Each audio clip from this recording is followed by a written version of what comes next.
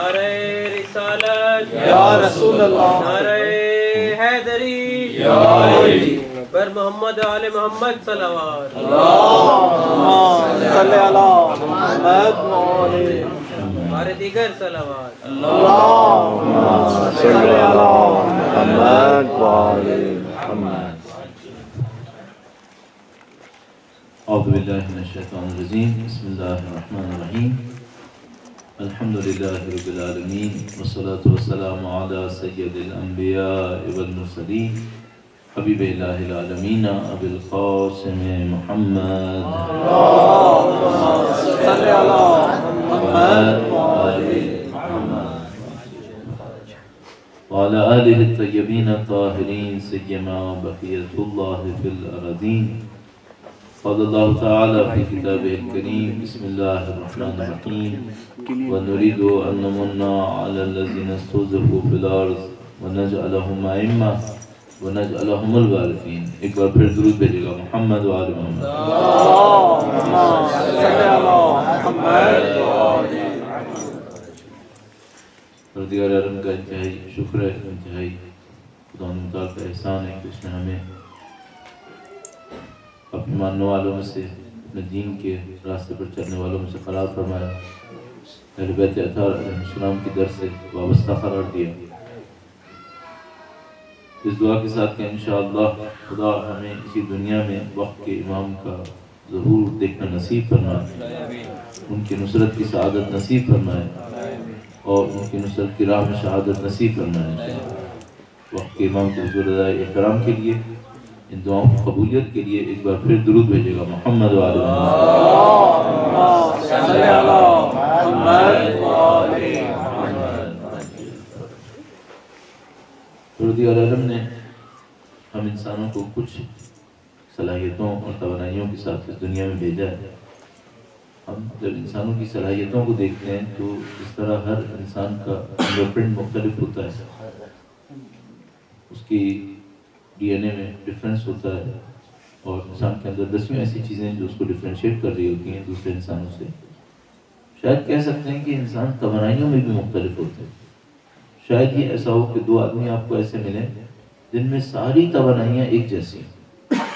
ممکن ہے کسی آدمی کے اندر کوئی اسکل ہو جو بہت اچھی سطح پر ہو، وہ اس کا ایکسپرٹ ہو، لیکن کسی دوسرے معاملے کے اندر وہ بالکل نیل ہو۔ اس پس منظر میں بعض اوقات یہ سوال ذہن میں آتا ہے کہ خدا نے ہمیں اصلی ترین کام کون سا ہے جس کے لیے یہاں پہ بھیجا؟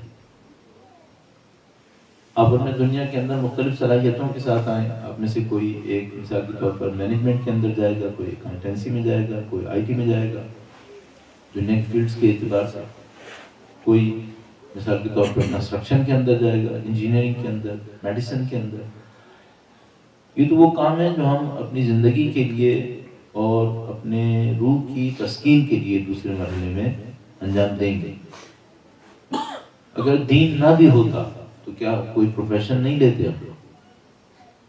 ظاہر ہے جن کے پاس دین نہیں ہونا، انہوں نے تو پروفیشن لیے ہیں، بلکہ جو پروفیشن ہم چوز کر رہے ہیں ان میں سے زیادہ تر انہیں کی اسٹیبلش کیے ہوئے۔ تو دین نہ بھی ہوتا تو ہم کچھ نہ کچھ کر رہے ہوتے، آپ کسی نہ کسی فیلڈ کو انتخاب کر رہے ہوتے اپنی زندگی کے لیے۔ دین نہ بھی ہوتا تو شاید بعض انسان دوسرے انسانوں کی مدد کر رہے ہوتے۔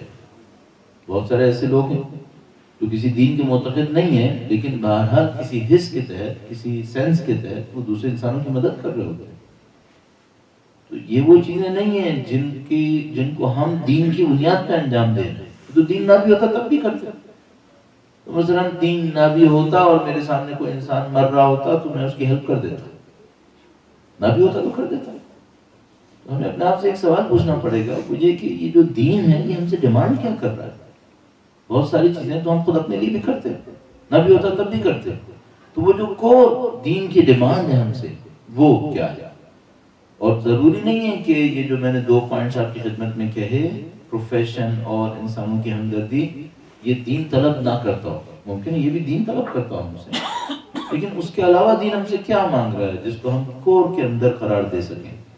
اس مسئلے کو آپ ہدف خلقت بھی کہہ سکتے ہیں کہ خلقت کیوں ہوئی ہے، خدا تعالیٰ نے ہم انسانوں کو کیوں بھیجا ہے، اور میں بہت دفعہ ایسا ہوتا ہے، یہاں پر بھی ایسا ہوا، کسی بچی کے ساتھ بیٹھا ہوا تھا اور اس نے مجھ سے یہی پوچھا خدا نے ہمیں کیوں بھیجا ہے، وہ ہم سے کیا چاہتا ہے. یہ اس نے نہیں کہا لیکن کم سے کم اس نے یہ ضرور پوچھا کہ خدا نے ہمیں کیوں بھیجا ہے. میں اس کو عرض کر دیتا ہوں آپ کی خدمت میں. اچھا، اس کو بیان کرنے سے کیا فائدہ ہوگا؟ اس کو بیان کرنے سے یہ فائدہ ہوگا کہ دین کا جو بنیادی ترین حصہ ہے وہ ہمارے سامنے کلیئر ہونا چاہیے. اب میں پہلے چند جواب دوں گا جو لوگ دیتے آ رہے ہیں، اور ان جوابوں کے بعد پھر وہ جو میرے خیال اس میں اصلی جواب بنے گا میں اس کو آپ کی خدمت میں عرض کروں گا. ایک بار اپنا درود بھیجے گا محمد وآل محمد. صلی اللہ محمد وآل محمد. سادہ ترین جواب یہ ہے کہ اللہ نے ہمیں، جو لوگ ایک دوسرے کو دیتے ہیں اور آیت قرآنی بھی اس کے اندر موجود ہے، لوگ اس کی تشریح اس طرح سے کرتے ہیں. خدا نے ہمیں عبادت کے لیے بھیجا ہے، خدا نے ہمیں عبادت کے لیے خلق کیا. آیت کریمہ موجود ہے ہمارے پاس، ایک ہی مفہوم پر کئی الفاظ میں یہ آیت کریمہ موجود ہے. ما خلقت الجن والانس الا لیعبدون. اور ہم نے جن و انس کو بس اس لیے خلق کیا کہ وہ ہماری عبادت کریں. تو یہ بہت ٹپیکل ایک جواب ہے کہ جو آپ کہیں پر بھی سوال پوچھیں گے خدا نے ہمیں کیوں خلق کیا، ہدف خلقت کیا ہے، وہ فوراً جواب میں آیت کریمہ پڑھیں گے اور کہیں گے خدا نے ہمیں عبادت کے لیے خلق کیا. اچھا، اب یہ مسئلہ ہے کہ عبادت کسے کہتے ہیں؟ ہمارے معاشرے کے اندر یہ جو آپ نے نماز پڑھی، دعا پڑھی، یہ عبادت ہے. یہ جو اب آپ بیٹھے ہیں اور خاص کر یہ دیکھتے ہوئے کہ میں کورٹ میں بیٹھا ہوں، اب اس کو عبادت کہنا تھوڑا سا کچھ لوگ شک کریں گے کہ بھئی یہ لیکچر تو شاید کہلائے گا لیکن عبادت کہلائے گا یا نہیں کہلائے گا. یہ ذرا سا مشکل ہو گیا. اور یہاں سے باہر نکلنا ہے آپ، اور اب آپ کہیں کہ یہ جو میں جرمنی کی سڑکوں پہ گھوم رہا ہوں یہ بھی عبادت ہے. اب معاملہ تھوڑا سا مشکل ہو گیا. اور صبح کو جب آفس جائیں گے اور اپنے آفس کے اندر بیٹھے ہوں گے اور مختلف کاموں کو انجام دے رہے ہوں گے، وہ عبادت بنے گی یا نہیں بنے گی؟ مثلا آپ جائیں گے کسی، فرض کر لیتے ہیں کسی سپر اسٹور کے اوپر آپ مینیجر ہیں اور اس سپر اسٹور کو رن کر رہے ہوں گے، تو وہ عبادت کہلائے گی یا نہیں کہلائے گی؟ ہاں، یہ مسائل بنیں گے وہاں پر کہ بھئی اس کو آپ عبادت کہیں گے یا نہیں کہیں گے. اچھا، مثال کے طور پر آپ اپنے بھی بچوں کے ساتھ گئے پہاڑی کے اوپر گردش کے لیے، گھومنے پھرنے کے لیے، یہ عبادت بنے گی یا نہیں بنے گی؟ یہ بھی ایک مسئلہ ہے. کس چیز کو عبادت کہیں گے، کس کو نہیں کہیں گے؟ تو جو ہماری کنزرویٹو فکر ہے پاکستان کے اندر، دوسرے معاشروں کے اندر رائج فکر، وہ یہ کہتی ہے کہ بھائی صوم و صلاۃ تو عبادت ہے، تسبیح و زکوٰۃ یہ تو عبادت ہے، حج کیا یہ عبادت ہے، آپ نے ذکر اہل بیت کیا یہ عبادت ہے، لیکن باقی کا پھر کیا ہوگا؟ باقی کا پھر کیا ہوگا؟ اسی سے ذرا سا اور جوڑ لیجئے، پھر پتہ نہیں زندگی میں کب موقع ملے یہاں پہ دوبارہ آنے کا. قرآن کریم بار بار کہتا ہے نماز پڑھو، نماز پڑھو. کہیں ایک دفعہ بھی خدا تعالیٰ نے کہا ہے نماز پڑھو؟ ایک دفعہ بھی نہیں کہا نماز پڑھو. ہر جگہ کہا ہے نماز قائم کرو، قائم کرو. اچھا، ہم تو نماز پڑھتے ہیں، ہم لوگ نماز پڑھتے ہیں. یہ جو ابھی آپ نے نماز پڑھی کہ نماز پڑھ لی، اور خدا تعالیٰ فرماتا ہے نماز قائم کرو. تو اس دو میں کیا فرق ہوگا، نماز پڑھنے میں اور نماز قائم کرنے میں؟ ایسا ہی ایک فرق بنے گا جب ہم کہتے ہیں عبادت کرنے کے لیے خدا نے خلق کیا. اچھا، عبادت دنیا میں جو ہماری ذہن میں آتا ہے وہ تو دن میں 20-25 منٹ ہوتی ہے، آدھے گھنٹے ہوتی ہے. باقی 23 گھنٹے 23.5 گھنٹے کیا ہوگا؟ اس کا ہدف خلقت سے کیا تعلق ہے؟ اسی طریقے سے نماز قائم کرو تو بھئی آپ نے آئے، آپ نے نماز پڑھ لی اور آپ گھر واپس چلے گئے. اور ہم بہت اچھی طرح جانتے ہیں کہ کتنے ڈھیر سارے نمازی ہیں جن کی نمازیں ان کو کوئی فائدہ نہیں دیتی. اب یہ جو خدا کہہ رہے ہیں نماز قائم کرو، اس کا کیا مطلب لوں گا میں؟ ان دونوں کو حل کرنا ہے ہمیں. اور اس کے علاوہ اور بھی بہت سارے جواب ہیں. مثال کے طور پر خدا نے ہمیں اس لیے خلق کیا کہ ہم عبادت کریں، یہ ایک جواب ہو گیا. اچھا، خدا نے ہمیں اس لیے خلق کیا کہ ہم اس کا قرب حاصل کریں. اس کا مطلب کیا ہے؟ خدا کا قرب کیسے حاصل ہوتا ہے؟ آپ نے ابھی، میں اس کو مزاحن کہتا ہوں تاکہ تھوڑا سا ذہن ٹینشن سے باہر آ جائے، کل بھی آخر تک یہی ہوتا رہا. تو آپ نماز پڑھتے ہیں، آپ یہاں پہ بیٹھے رہے، آپ نے نماز پڑھ لی، اور یہ جو آپ کام کر رہے ہیں اس سے بھی آپ کا قرب بڑھنا چاہیے نہیں بڑھنا چاہیے؟ بڑھنا چاہیے. تو آپ پہلی بھی فرش پہ تھے، ابھی بھی فرش پہ ہی. کس سے قرب بڑھا آپ کا؟ اور پھر آپ فوراً جواب میں کہیں کہ بھائی یہ تو نہیں ہو سکتا کہ فزیکلی ہم نے خدا سے نزدیک ہونا ہے، کوئی ڈسٹینس تھوڑی طے کرنا ہے. اچھا ڈسٹینس طے نہیں کرنا ہے تو پھر نزدیک کس چیز میں ہونا ہے؟ آپ کہیں گے روح سے نزدیک ہونا ہے. روح میں کون سی تبدیلی آتی ہے تو کہتی ہے وہ خدا سے نزدیک؟ کس تبدیلی کو کہتے ہیں نزدیک ہونا؟ بس آپ کہیں گے جب تم ابھی جیسے دعائے توسل پڑھتے ہوئے گڑ گڑا رہے تھے نا، یہ اللہ سے نزدیک تھے، اور تھوڑی دیر کے بعد جب میں گڑ گڑانا بند ہو گیا پھر تو اللہ سے دور ہو گیا.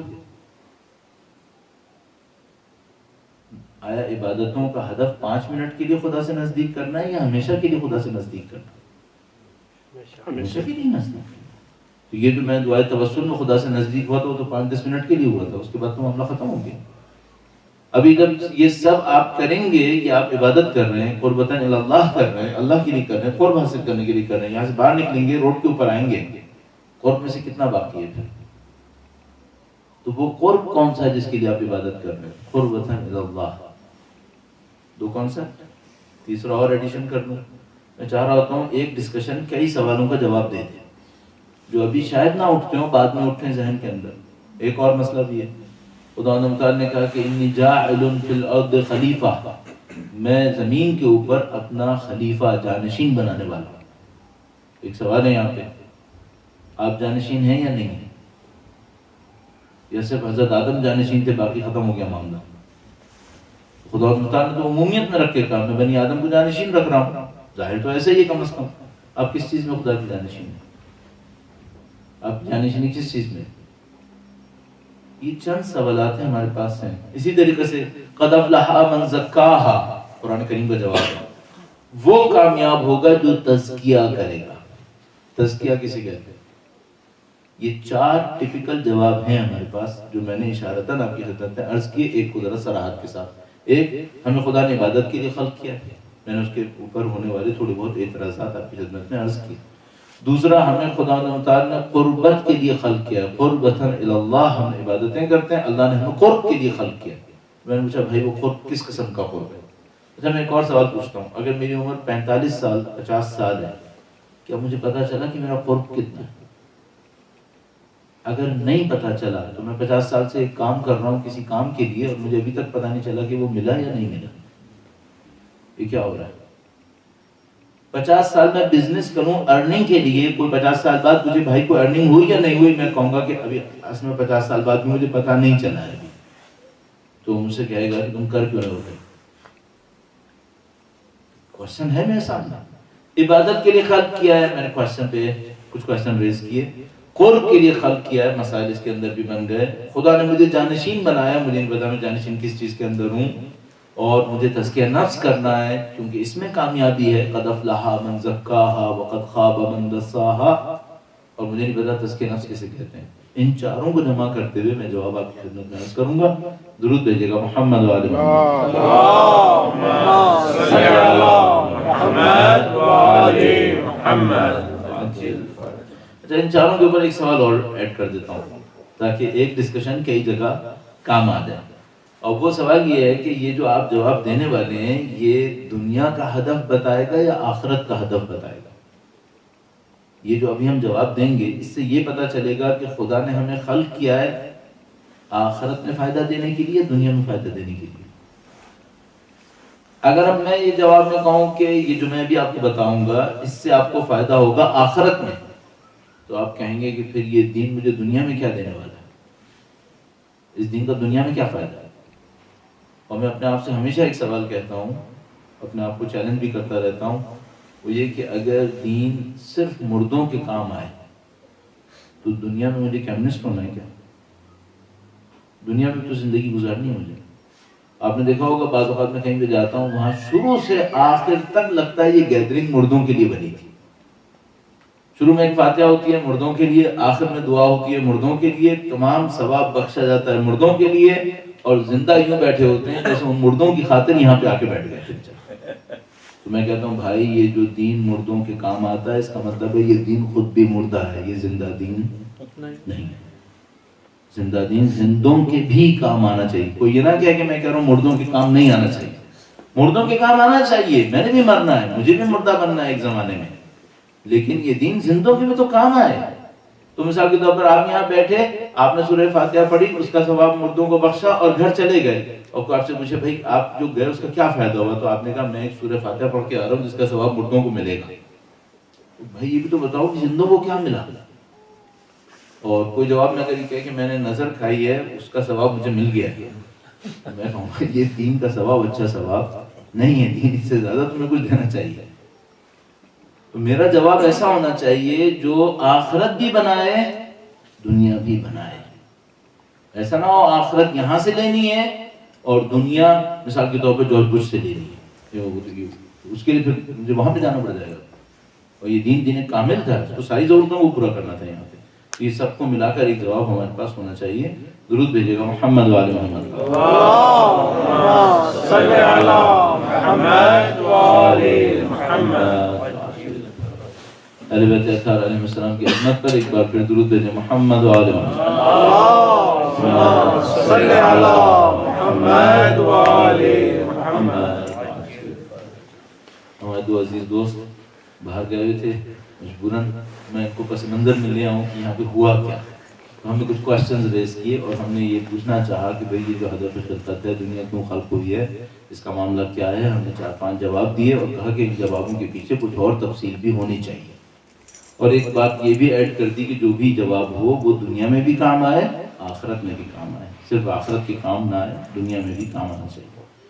تو یہ ہمارا پس منظر تھا. ایک بار پھر وقت کے امام کے حضور ادائے احترام کے لیے درود بھیجیں محمد وآل محمد. اللهم صل على محمد وآل محمد. صاحب ایک روایت سے شروع کرتے ہیں. ایک روایت ہے ہمارے پاس اور مولا 5ویں امام سے منسوب ہے. ان کی ذات گرامی پہ درود بھیجیں محمد وآل محمد. اللهم صل على محمد وآل محمد. امام نے فرمایا کہ جس کے 2 دن برابر ہوئے وہ ہلاک ہو گیا. جس کے 2 دن برابر ہوئے وہ ہلاک ہو گیا. اب سوال یہ ہے کہ 2 دن برابر ہونے کا مطلب کیا ہے؟ کس چیز میں برابر ہو؟ ہم لوگ کے ساتھ دین کے معاملے میں ایک مشکل ہے. ہم نے دین کے بارے میں بہت کچھ سنا ہے، ڈیپتھ نہیں. اچھا کچھ جگہوں کے اوپر دنیا کے معاملے میں بھی ایسا ہی ہے، دنیا کے معاملے میں بھی ایسا ہی. آپ یقین فرمائیے میں نے بہت دفعہ ایسا کیا ہے کیونکہ میں ٹیچنگ سے تعلق رکھتا تھا. میں نے بہت دفعہ یہ کیا ہے، بچوں سے پوچھا کہ بھئی الیگزینڈر کا نام سنا ہے؟ انہوں نے کہا ہاں سنا ہے. میں نے پوچھا وہ کس زمانے میں تھا؟ تو بچے پھنس گئے کہ بھئی نام تو بہت سنا ہے لیکن کس زمانے میں تھا اس کی ہمیں زیادہ خبر نہیں ہے. اب کچھ بچے جو ہے وہ تھوڑا کسی فیلڈ کے اندر ہوشیاری دکھا دیتے ہیں تو وہ جواب دے دیتے ہیں. اکثر بچے جواب نہیں دے پاتے. یا مثلا میں پوچھتا ہوں کہ بھئی حضرت ابراہیم علیہ السلام کا نام سنا ہے؟ وہ کہتے ہیں ہاں سنا ہے. ان کے زمانے میں بادشاہ کا نام کیا تھا؟ نمرود نام تھا. تو بھئی وہ جو نمرود نے ان کو آگ میں پھینکا تھا تو آج کی دنیا میں نقشے میں کس جگہ پہ پھینکا تھا؟ دنیا میں ہی پھینکا تھا نا، برزخ میں تو نہیں پھینکا تھا. تو دنیا میں پھینکا ہوگا تو نقشے پہ کہیں پھینکا ہوگا نا. دنیا کے نقشے میں وہ کون سی جگہ تھی جہاں پہ نمرود نے اٹھا کر حضرت ابراہیم علیہ السلام کو آگ میں پھینک دیا؟ تو اب بچے بیچارے جانتے ہیں حضرت ابراہیم علیہ السلام کو لیکن یہ نہیں جانتے وہ واقعہ دنیا کے نقشے میں کہاں ہوا. اس کا مطلب کیا ہے؟ انہوں نے انبیاء کے واقعات کو تاریخ کے عنوان سے نہیں پڑھا ہے، داستان کے عنوان سے پڑھا. داستان سمجھ کے، ریالٹی سمجھ کے، ہسٹری سمجھ کے انہوں نے اس کو نہیں پڑھا ہے. تو ہمارے ساتھ بہت زیادہ ایسا ہی ہوتا ہے. ہم دین کو کچھ جانتے ہیں لیکن دین کی گہرائی میں ہم لوگ نہیں ہوتے. لہٰذا بہت ساری چیزیں ہمارے لیے کنفیوژن کا سبب بنتی ہیں. اور میں اس کو کبھی کبھی کوشش کرتا رہتا ہوں کچھ پوائنٹ جو مجھے سامنے آ جاتے ہیں ان کو کہیں نہ کہیں اپنے ذہن میں کلیئر کرنے کی کوشش کروں کہ بھئی یہ کیا ہو رہا ہے یہاں پر. تو اب ان تمام سوالوں کا جواب دینے کے لیے جس سے ہم پریکٹیکل لائف میں کچھ فائدہ اٹھا سکیں تھوڑا سا پس منظر عرض کروں گا اور اس کے بعد انشاءاللہ اس کا جواب دوں گا. ایک بار پھر درود بھیجے گا محمد وآل محمد. اللهم صل على محمد وآل محمد. خدا مختار نے ہم انسانوں کو پہلے فرضیے پہ واپس لاتا ہوں. ہم انسانوں کو مختلف صلاحیتوں کے ساتھ خلق کیا. وہ کون سی چیز ہے جو خدا ہم سے ڈیمانڈ کر رہا ہے؟ وہ کیا خدا ہمیں سب کو انجینئرز بنانا چاہتا ہے، ڈاکٹرز بنانا چاہتا ہے؟ آیا خدا ہم سب کو پروفیشنز کے اندر ایکسپرٹیز کے لیول پہ پہنچانا چاہتا ہے. کیا دینا چاہتا ہے ہم سے, کیا لینا چاہتا ہے ہم سے؟ میں ایک سادہ سا جواب دیتا ہوں, وہ یہ کہ خدا یہ چاہتا ہے کہ ہم اپنی ذات میں, ابھی پورا جواب نہیں دوں گا, اس کو اور تھوڑا سا امپروو کروں گا, ہم اپنی ذات میں بہتری لے کر آئیں, اپنے آپ کو بہتر سے بہتر انسان بنائیں, ایجوکیٹڈ بھی ہوں, اسکلفل بھی ہوں, سرٹیفکیشن بھی ہو ہمارے پاس, لیکن انسان اچھے انسان بنے. اچھا, اب بھی پرابلم سالو نہیں ہوئی. انسان اچھے انسان بنے کیا مطلب؟ دوسرے انسان کس انسان کو اچھا انسان کہتے ہیں؟ جو ان کے کام آ جائے. اور اگر اندر ہی اندر بگڑا ہوا ہو اور ان کے کام آتا ہے, ابھی بھی اس کو اچھا ہی کہتے ہیں. اندر اندر کرپٹ ہو, ان کے کام آتا رہے, تو اس کو کوئی برا نہیں کہتا.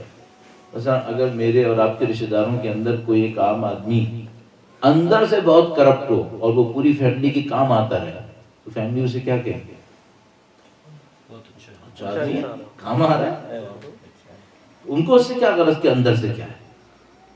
کیا خدا بھی ایسا ہی ہے؟ نہیں. تو خدا کس چیز میں مجھے اچھا دیکھنا چاہتا ہے؟ وہ فیلڈ کون سی ہے؟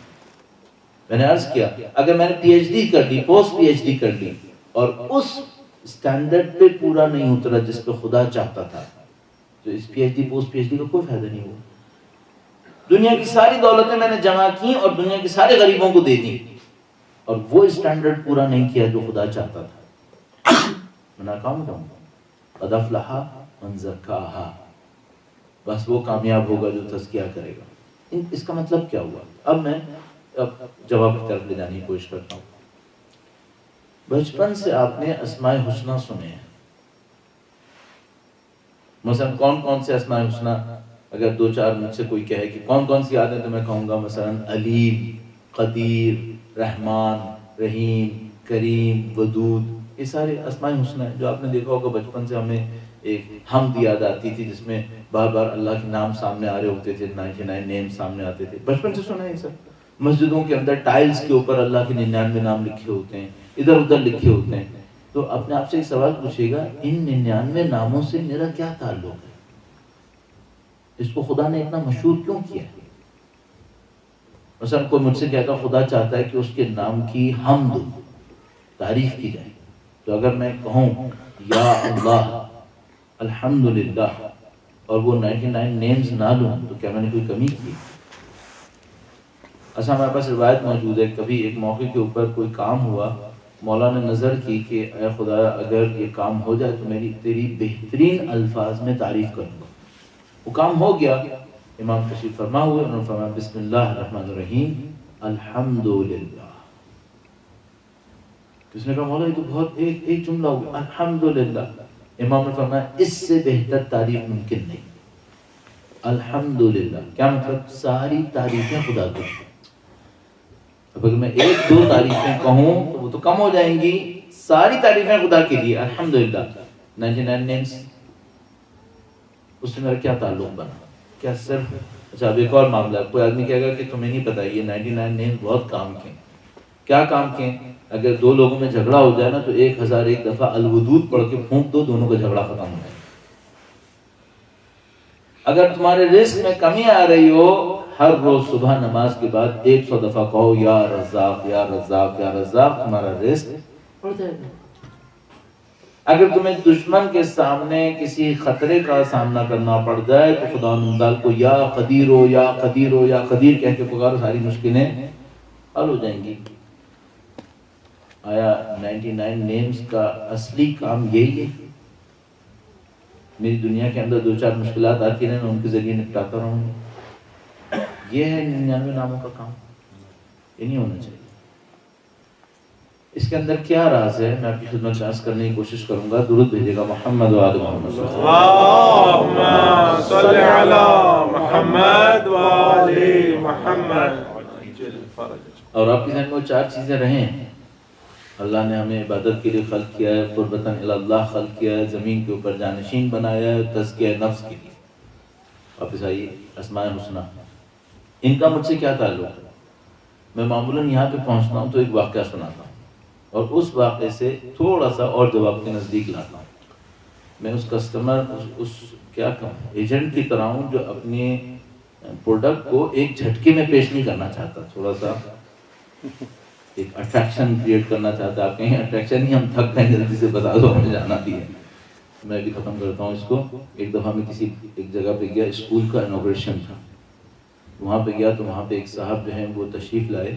ان کو کچھ لوگوں نے خیال کیا، کچھ لوگوں نے زیادہ خیال نہیں کیا، بہت سادہ سے لباس پہنے ہوئے تھے. تو تشریف لائے اور وہ اتفاق ایسا ہوا کہ میرے برابر میں آ کے بیٹھے. میں نے سمجھا کہ میری ڈیوٹی ہے کہ میں ان کا خیال کروں، چونکہ ان کا کچھ لوگوں نے زیادہ خیال نہیں کیا، لباس بھی ان کا بہت سادہ سا تھا. تو میں نے ان سے سلام دعا کی، اور سلام دعا کرنے کے بعد میں نے تھوڑا سا بات کو بڑھانے کی خاطر، فنکشن شروع نہیں ہوا تھا، ان سے پوچھا کہ آپ کہاں کام کرتے ہیں؟ تو انہوں نے کہا کہ میں ہائی کورٹ میں کام کرتا ہوں.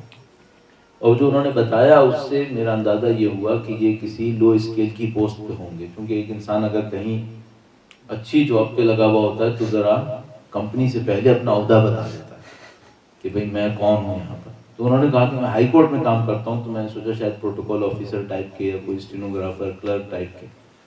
تو میں نے تھوڑا سا کریدا، تاکہ یہ مجھے اچھا نہیں لگتا کہ کوئی اگر کسی سوسائٹی کے ظاہری طور پر چھوٹی جگہ پر ہو تو وہ اس سے ڈرے. کیوں ڈرے؟ اس میں انسان ہونے کے ناطے کیا کمی ہے؟ اس کو رسپیکٹ ملنی چاہیے، اس کو کانفیڈنس ہونا چاہیے، اس کو کانفیڈنٹلی کہنا چاہیے میں یہ ہوں. تو میں نے سوچا کہ تھوڑا سا کرے دوں تاکہ ان کی ہمت بنا ہو. تو میں نے پوچھا کہ آپ ہائی کورٹ میں کیا کرتے ہیں؟ تو انہوں نے کہا کہ میں سینئر جج ہوں. اچھا، اب میں نے کہا تھوڑا سا میں دب جاتا ہوں، میں تو غلط سمجھ رہا تھا کہ یہ بہت ہمبل آدمی ہوا. اس کا مطلب یہ کہ بھئی یہ ٹھیک ٹھاک پوسٹ پر ہے اور ٹھیک ٹھاک پاورفل آدمی بھی ہے، سینئر جج ہائی کورٹ کے اندر ہے. اب کراچی کے اندر بیٹھے تو اب تو سپریم کورٹ ہی رہ گیا تھا پھر. تو اس کا مطلب اس نے سپریم کورٹ میں جانا ہے، ٹھیک ٹھاک پاورفل آدمی ہے. تو میں امپریس ہوا کہ یہ آدمی بہت ہمبل ہیں اور انہوں نے اس طرح سے کیا. میں نے اور بات آگے بڑھانے کے لیے کہا کہ آپ کا کام بہت سخت ہے، عدل کرنا آسان کام نہیں ہے، جسٹس بہت سخت ہے. آپ کو کیا پتا کون مجرم ہے کون بے گناہ ہے؟ تو آپ کیسے یہ کام کرتے ہیں؟ تو انہوں نے کہا کہ ہاں یہ کام سخت ہے، اور خدا خود عادل ہے اور ہم سے کہتا ہے اعدلوا، عدل کرو. تو میں کہاں سے کر سکتا ہوں؟ میں تو ناقص ہوں. وہ خدا کامل ہے تو وہ عدل کر سکتا ہے، ہم تو ناقص ہیں، ہم سے کہتا ہے عدل کرو. تو یہ سخت کام ہے، ہاں واقعاً سخت ہے. تو آپ کیا کرتے ہیں پھر؟ تو انہوں نے مجھے بتایا، کہنے یہ کہ بعض اوقات جب مجھے کچھ سمجھ میں نہیں آتا کہ کون ظالم ہے کون اس میں مظلوم ہے، تو میں اپنے چیمبر میں جاتا ہوں اور جس پیپر پہ مجھے ورڈکٹ لکھنا ہوتا ہے اس پہ شروع کی لائنز لکھنے کے بعد جب مجھے ڈیسیژن لکھنا ہوتا ہے تو میں خدا سے کہتا ہوں خدا میں یہ فیصلہ کرنے والا ہوں، اگر یہ غلط ہے تو تو کچھ اور کروا دے. تو کہنے لگے کہ برادر بعض اوقات خدا شاہد ہے کہ میں جب اس حالت سے باہر آتا ہوں تو اس میں میرے رائے کے خلاف حکم لکھا ہوتا ہے، تو میں سمجھ جاتا ہوں کہ یہ خدا مجھ سے یہ حکم دلوانا چاہ رہا تھا، میں غلط سمجھ رہا تھا. کہنے لگے کہ ہمیں ہوتا یہ ہے کہ ہم جب کسی حکم کو دے دیتے ہیں تو کچھ مہینوں کے بعد پتہ چلتا ہے کہ جو ہم نے حکم دیا تھا وہ صحیح تھا یا غلط تھا. کہنے کہ آج تک ایسا نہیں ہوا کہ اس حالت سے جو حکم نکلا ہو وہ غلط نکلا، یہ صحیح نکلتے ہیں. میں نے کہا یہ تو بڑی بات ہے، یہ تو بہت بڑی بات ہے کہ خدا عدل کرواتا ہے آپ کے ذریعے سے. آپ خدا کے عادل جانشین ہو گئے. اصل میں میرے چاروں سوالوں کا جواب یہیں پر ہے. یہ جتنی خدا کی صفات ہیں یہ خدا ہمارے اندر دیکھنا چاہتا ہے، اس کے اندر تو ہیں، ہمارے اندر دیکھنا چاہتا ہے جو ان میں سے ہمارے اندر پاسبل ہو. مثلا خدا رحیم ہے، مجھ سے کیا چاہتا ہے؟ رحم کرو. خدا علیم ہے تو مجھ سے کیا چاہتا ہے؟ علم حاصل کرو. خدا کریم ہے، مجھ سے کیا چاہتا ہے؟ میں بھی کرامت دکھاؤں، شرافت دکھاؤں. وہ غفور ہے، بخشنے والا ہے، مجھ سے بھی چاہتا ہے میں بھی لوگوں کو بخشوں. خود عادل ہے، چاہتا ہے میں عدل کروں. خود صادق و صدیق ہے، چاہتا ہے میں سچ بولوں. آپ تصور فرمائیں، جو خدا کی صفتیں ہیں یہ صفتیں تو خدا کی ہیں، لیکن میرے لیے مائل سٹونز ہیں جو مجھے اچیو کرنے ہیں. یہ میرے لیے سیٹ ہوئے ہوئے آبجیکٹیوز ہیں کہ جو تم نے زندگی گزارنی ہے یہ تو جانوروں نے بھی گزارنی ہے. وہ بھی کھا لیں گے، پی لیں گے، بچوں کو پال لیں گے. تمہارا اصلی کام یہ نہیں ہے. تمہارا کام کیا ہے؟ جانور کی ذمہ داری نہیں ہے کہ وہ رحیم کا رحیم جانشین بنے. وہ اگر طبیعت کے اندر درندہ ہے تو درندگی دکھائے گا، اس پہ عیب نہیں ہے. ہمیں اس رحیم نے کہا ہے کہ تم، میں رحیم ہوں، میرے رحیم جانشین بن کے دکھاؤ. میں کریم ہوں، میرے کریم جانشین بن کے دکھاؤ. میں صادق ہوں، میرے سچے بندے بن کے دکھاؤ. یہ 99 نیمز کیا ہیں سوائے ان کے کہ جو ہمارے اندر ممکن نہیں ہے. ان سب کے مقابلے میں جو باقی ہیں وہ یہ ہیں کہ بھائی یہ ہمارے لیے آبجیکٹیوز ہیں. ان کی خاطر ہمیں خلق کیا ہے کہ ہمیں مرنے سے پہلے ان کو حاصل کرنا ہے. ان کو حاصل کرنا ہے. صرف پیٹ نہیں بھرنا ہے، صرف بچے نہیں پالنے ہیں، بلکہ خود بھی ان 99 نیمز کی ریفلیکشن اپنے اندر لانی ہے اور اپنی اولاد کو تیار کرنا ہے کہ ان کے اندر بھی اس کی ریفلیکشن آئے. تو ابھی مجھے کیا کرنا چاہیے تھا؟ اچھا قرب کیسے ناپوں؟ قرب بھی ایسے ہی ناپوں. قرب اس سے نہیں ہوگا کہ میں 5 منٹ میں نماز مغرب پڑھی اور چلا گیا باہر، 10 منٹ میں نماز فلاں پڑھی اور باہر چلا گیا. اس سے قرب کہاں آنے کا ہے؟ یہ تو ایک پریپریشن ہے، یہ گراؤنڈ پیو کر رہا ہے. سر قرب کیا ہونا ہے؟ وہ یہ کہ اس نماز کو پڑھ کے مجھے یاد آئے کہ میں خدا کے نزدیک ہوا یا نہیں ہوا. کس چیز میں نزدیک ہونا تھا؟ ان اسماء الحسنی میں. تو اب میرے پاس ٹاسک کیا بنا؟ کیوں خدا نے مجھے خلق کیا ہے؟ ٹاسک یہ بنا کہ بھئی میں مسلسل اس بات کو دیکھتا رہوں کہ ان اسماء الحسنی کو اگر میں اپنے اندر دیکھوں تو وہ میرے اندر ہیں یا میرے اندر نہیں ہے. اب ایک اور مشکل بھی ہے، ان اسماء الحسنی کے بالکل اپوزٹ جو کچھ ہے وہ سب شیطان کے اندر ہے. یہ سارے تو خدا کے ہیں، اس کے اپوزٹ جو کچھ بھی ہے وہ شیطان کا ہے. اس کا مطلب کیا خطرناک بات ہے؟ اس کا مطلب خطرناک بات یہ ہے کہ اگر میں 99 میں اللہ کا جانشین نہیں ہوں پھر زمین پہ کس کا جانشین ہے؟ اعوذ باللہ تعالیٰ اس کا بننا ہوگا. اگر 50-50 ہو گیا تو کیا ہوگا؟ آدھا خدا کا ہوں، آدھا کسی اور کا ہوں. اس کا مطلب ہے اس پہ سکسیس نہیں آئے گی. یہ دنیا کا سخت ترین کام ہے. اگر مجھ سے کوئی کہنا میں نے 4 PhDs کیے ہیں، میں کہوں گا یہ تو آسان ہے. اگر مجھ سے کوئی کہے کہ میں نے مثال کے طور پر اللہ کے اسماء الحسنی میں سے 10 اپنے اندر ریفلیکٹ کیے ہیں تو میں کہوں گا یہ کام ہے، یہ کام کیا.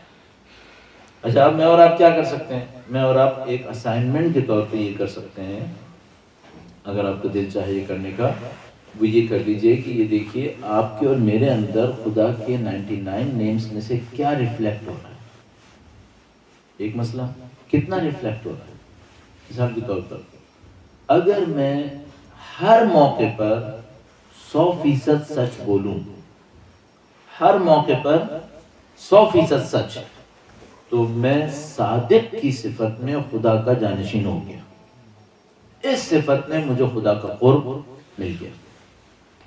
اس کے لیے مجھے 2 کام کرنے پڑیں گے، ہمیشہ سچ بولوں اور 100% سچ بولوں. کیوں میں 100% سچ کہہ رہا ہوں؟ بعض اوقات ہم 70% سچ بولتے ہیں، 20-30% اس طرح چلا دیتے ہیں کہ لگے کہ سچ ہے، لیکن کچھ گڑبڑ بھی ہوتی ہے اس کے اندر. اگر میں 100% پر 100% سچ بولنے لگوں تو اس کا مطلب یہ کہ میں صادق خدا کا صادق نمائندہ ہو گیا. الحمدللہ رب العالمین، ایک صفت میرے اندر ریفلیکٹ ہو گئی ہے، میرا قرب ایک صفت کی حد میں کنفرم ہو گیا. صحیح ہے.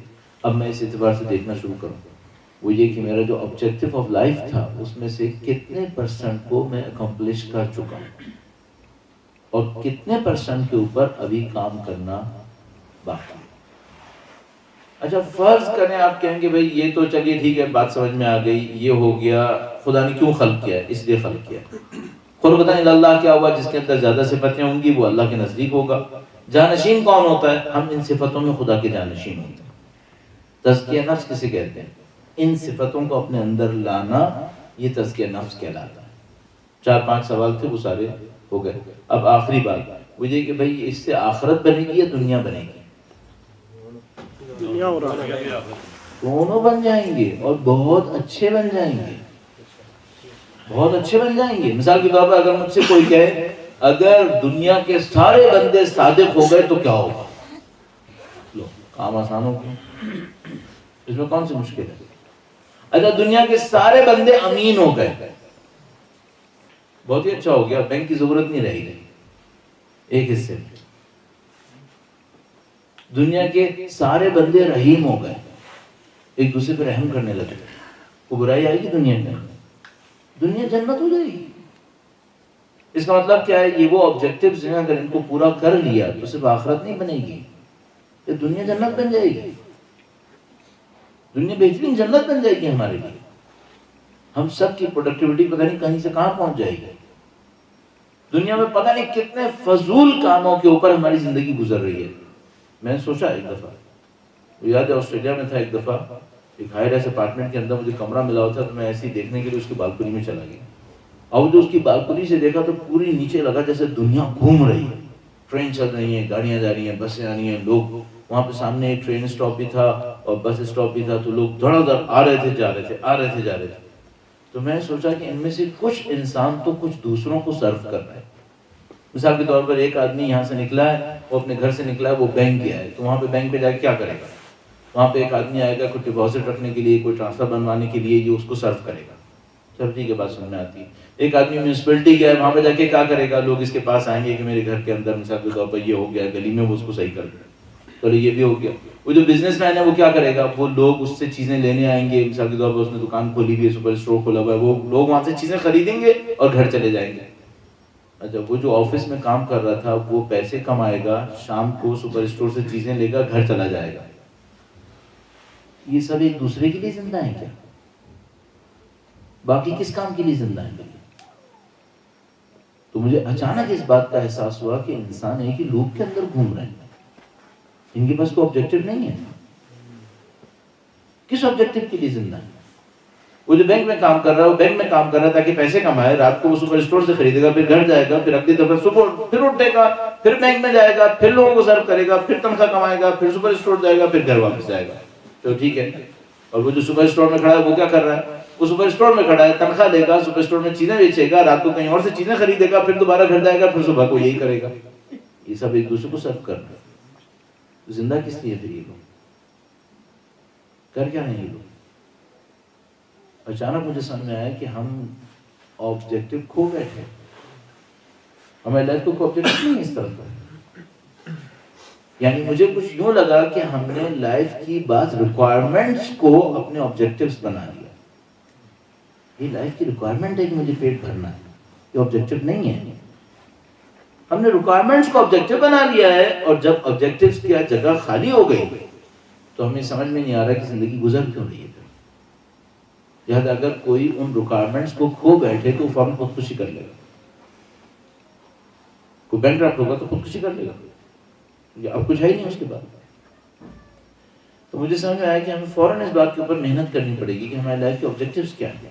عزیزان محترم، یہ وہ سسٹم ہے جس کو اگر ہم اچھے طریقے سے امپلیمنٹ کرتے ہیں، ہمارے پاس ایک آبجیکٹیو ہے، اور اس آبجیکٹیو کو میں پرسنل لیول پہ نہ دیکھوں، سوشل لیول پہ دیکھوں تو سوسائٹی کے لیے بہت اچھا ہے۔ مثلا سوسائٹی کے لیے وہ آدمی کارآمد ہے جو عادل ہے، یا وہ کارآمد ہے جو ظالم ہے؟ کچھ بھی کرو، سوسائٹی کے لیے ظالم آدمی کارآمد نہیں ہوگا، کہیں نہ کہیں ظلم کرے گا۔ جھوٹا کام آئے گا یا سچا کام آئے گا؟ سچا کام آئے گا۔ عادل کرنے والا، محبت کرنے والا کام آئے گا یا نفرت کرنے والا؟ محبت کرنے والا کام آئے گا۔ آپ کسی بھی لیول کے اوپر چلے جائیں، آپ کی پروڈکٹیوٹی بڑھ جائے گی اگر آپ نے اس کو آبجیکٹیو بنا لیا۔ تو یہ وہ چیزیں جو مجھے سمجھ میں آتی ہیں۔ اچھا، اب اس کے اوپر محنت کریں گے کیسے؟ آخری جملات کی طرف لے کے جاؤں، اس کو وائنڈ اپ کروں۔ محمد آل محمد صلوات۔ اللهم صل على محمد وآل محمد۔ دو باتیں بہت تیز تیزی سے عرض کروں جو دونوں بہت امپورٹنٹ ہیں. اگر میں کہیں اور ہوتا تو اس کے اوپر کافی ٹائم لگاتا، لیکن یہاں پہ آپ فوراً سمجھ جائیں گے. بہت تیزی سے عرض کروں گا. نمبر 1، مجھے 50 تک آتے آتے ایک بات سمجھ میں آئی ہے، وہ یہ کہ ہر چند سال کے بعد، ہر چند سال پر میرے آبجیکٹیوز چینج ہو جاتے ہیں، میری اورینٹیشن چینج ہو جاتی ہے. 10 سال پہ، 15 سال، 20، 25، 30، 35، 40، ہر 3-4 سال کے بعد میری اورینٹیشن اور میری لائف کے آبجیکٹیوز وہ چینج ہو جاتے ہیں. ایک بات تو مجھے یہ سمجھ میں آئی، اس کا مطلب ہے کہ میں برسوں دھوکہ دیتا رہتا ہوں اپنے آپ کو. کیوں؟ ایک چیز کے پیچھے ایسے بھاگ رہا ہوتا ہوں کہ یہ ملی تو میں کامیاب، نہیں ملی تو میں مر گیا. 2 سال کے بعد پتہ چلتا ہے اس کی کوئی ویلیو نہیں تھی. پاگل. ایک تو بہت بڑا خطرہ یہ ہے، وہی کہ ایسا نہ ہو. مجھے یاد ہے میں ایک دفعہ کینیا میں ایک دفعہ تھا، ایک آدمی میرے پاس آیا، تو میں نے کچھ ایسی باتیں کی تو میرے پاس آیا، کہنے لگا کہ مولانا مجھے یہ سمجھ میں نہیں آ رہا کہ ہم زندہ کیوں ہیں. میں نے کہا تمہیں فیلنگ کب سے ہے اور کیوں ہے؟ کہنے لگا کہ یہ فیلنگ اس وقت ہوئی ہے جب میں نے اپنے بابا کو قبر میں دفنایا. مجھے اپنے باپ کی سکسیس پتہ ہے، ان کی لائف میں جو کچھ تھا وہ مجھے پتہ ہے، لیکن جب میں ان کو دفنانے کے لیے قبر میں بیٹھا تو مجھے اچانک یہ سمجھ میں آیا کہ جو کچھ ان کے لیے امپورٹنٹ تھا وہ اب ان کے کام نہیں آ رہا. تو پھر اچانک میرے سامنے ایک کوشچن آیا کہ کیا میں بھی یہی کروں گا کہ میں ان چیزوں کے پیچھے بھاگ بھاگ کے اپنی زندگی ختم کر لوں گا جو جب میں قبر میں اتروں گا تو کوئی بھی کام نہیں آئے گی. یہ ایک مسئلہ ہے. ہماری لائف کے آبجیکٹیوز چینج ہوتے رہتے ہیں. کوشش کریں وہ آبجیکٹیو بنائیں جو ڈیوریبل ہو، جنہوں نے بچنا ہے. اس میں ہیلپ اس طرح کر سکتا ہوں کہ آپ یہ سوچ کے بنائیے گا کہ کیا مرتے دموں جب بالکل آپ مرنے لگیں گے اس آبجیکٹیو کو اچیو کرنا آپ کو سیٹسفیکشن دے گا. مثلا میں مرنے لگا، مرتے دم پہ مجھے یاد آیا کہ میں نے 5000 گز کا ایک گھر بنا لیا. یہ 5000 یارڈ کے اوپر گھر بنا ہوا مرتے وقت مجھے سیٹسفیکشن دے گا. اس کا مطلب ہے یہ یوز لیس ہے، کیونکہ یہ اس وقت تک چلے گا جب تک میں مر نہیں رہا ہوں، پھر اس کے بعد یہ یوز لیس ہے. اس کا مطلب ہے یہ ٹرو آبجیکٹیو نہیں ہے، یہ ٹیمپریری فیز ہے. صحیح. تو ایک تو یہ کہ ہمارے اور آپ کے آبجیکٹیو چینج ہوتے رہتے ہیں، ایک بات. دوسری بات ایک اور جو مجھے سمجھ میں آئی ہے وہ یہ کہ انسان کا سب سے بڑا ایسٹ اس کا کیریکٹر ہے. یہ مجھے سمجھ میں آیا. ایسٹ کو میں ایسے ڈیفائن کرتا ہوں کہ ایسٹ وہ چیز ہے جو مجھے اس کے اوپر اور محنت نہ کرنا پڑے، ایک دفعہ بنا لوں تو بن جائے. اس کی قیمت بڑھتی رہے، قیمت بڑھتی رہے، ہمیشہ مجھے ریٹرن دیتا رہے، ہمیشہ مجھے ریٹرن دے. اس کو میں ایسٹ کہتا ہوں. مثال کے طور پر کیا میری گاڑی میرا ایسٹ ہے؟ نہیں، چونکہ نمبر 1 اس کو مسلسل مجھے کچھ دینا پڑتا ہے. نمبر 2 اس کی قیمت گر رہی ہے، اس کی قیمت گر رہی ہے. اس کا مطلب ہے یہ ایسٹ نہیں ہے. تو کیا میری جاب میرا ایسٹ ہے؟ نہیں، کیونکہ مجھے جاب کو ٹائم دینا پڑتا ہے. یہ میرا ایسٹ نہیں ہے. ایسٹ وہ ہوگا جس کو میں بنا کے چھوڑ دوں، مزید محنت نہ کرنی پڑے، اس کی قیمت بڑھتی رہے اور وہ مستقل پرماننٹلی مجھے کچھ نہ کچھ دیتا رہے. یہ میرے خیال میں ایسٹ ہے.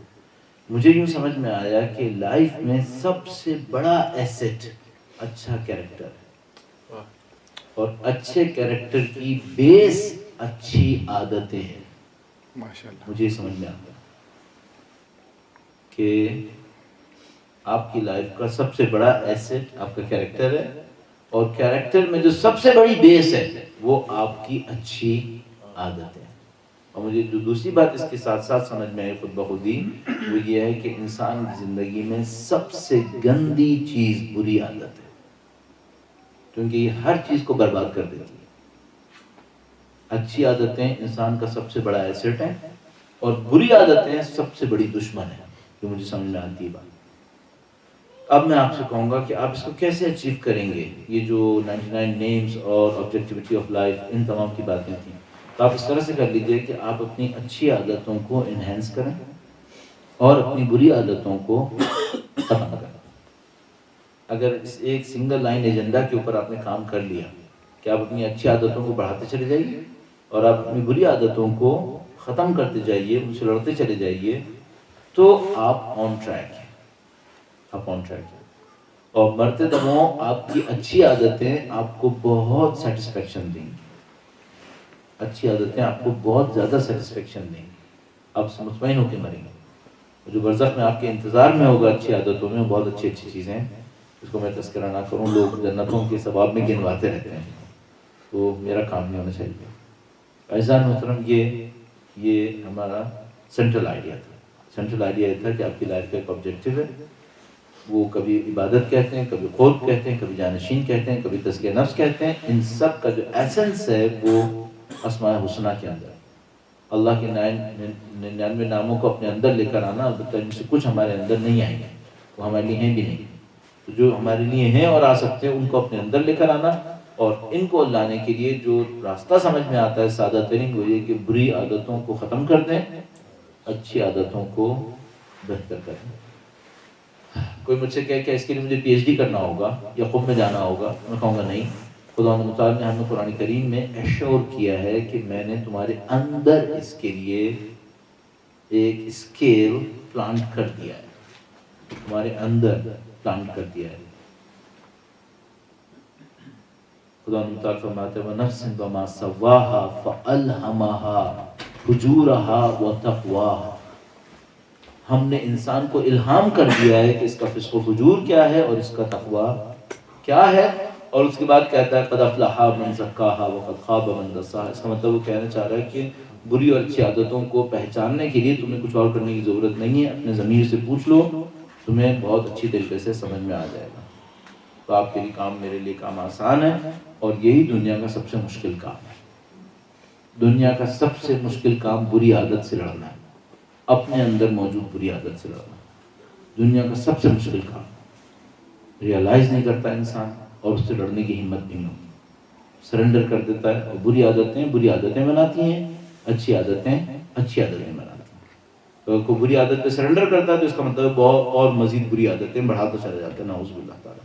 میں یہ ختم کروں گا، ورنہ عربی میں کہتے ہیں الکلام یجر الکلام، کلام کو کھینچتا رہتا ہے لا لا کے۔ تو ہم یہ ختم کرتے ہیں، درود بھیجیں محمد و آل محمد۔ اللهم صل على محمد وآل محمد۔ ہمارے تو عرائض اختتام پذیر، اور ہماری خواہش یہ ہوتی ہے کہ آپ اب کچھ کمنٹس ارشاد فرمائیں۔ اس کو ہم کوشچن تو کیا ہی کہیں، کوئی سجیشن یا کوئی ایکسپلینیشن، اور اگر کوشچن بھی بن جائے تو کوشچن وہ آپ انشاءاللہ بیان فرمائیں، تو اس سے یہ ہوگا کہ یہ ڈسکشن اور زیادہ فروٹفل ہو سکے گا اور رزلٹ اورینٹڈ ہو سکے گا انشاءاللہ تعالیٰ۔ ایک بار پھر درود بھیجیں محمد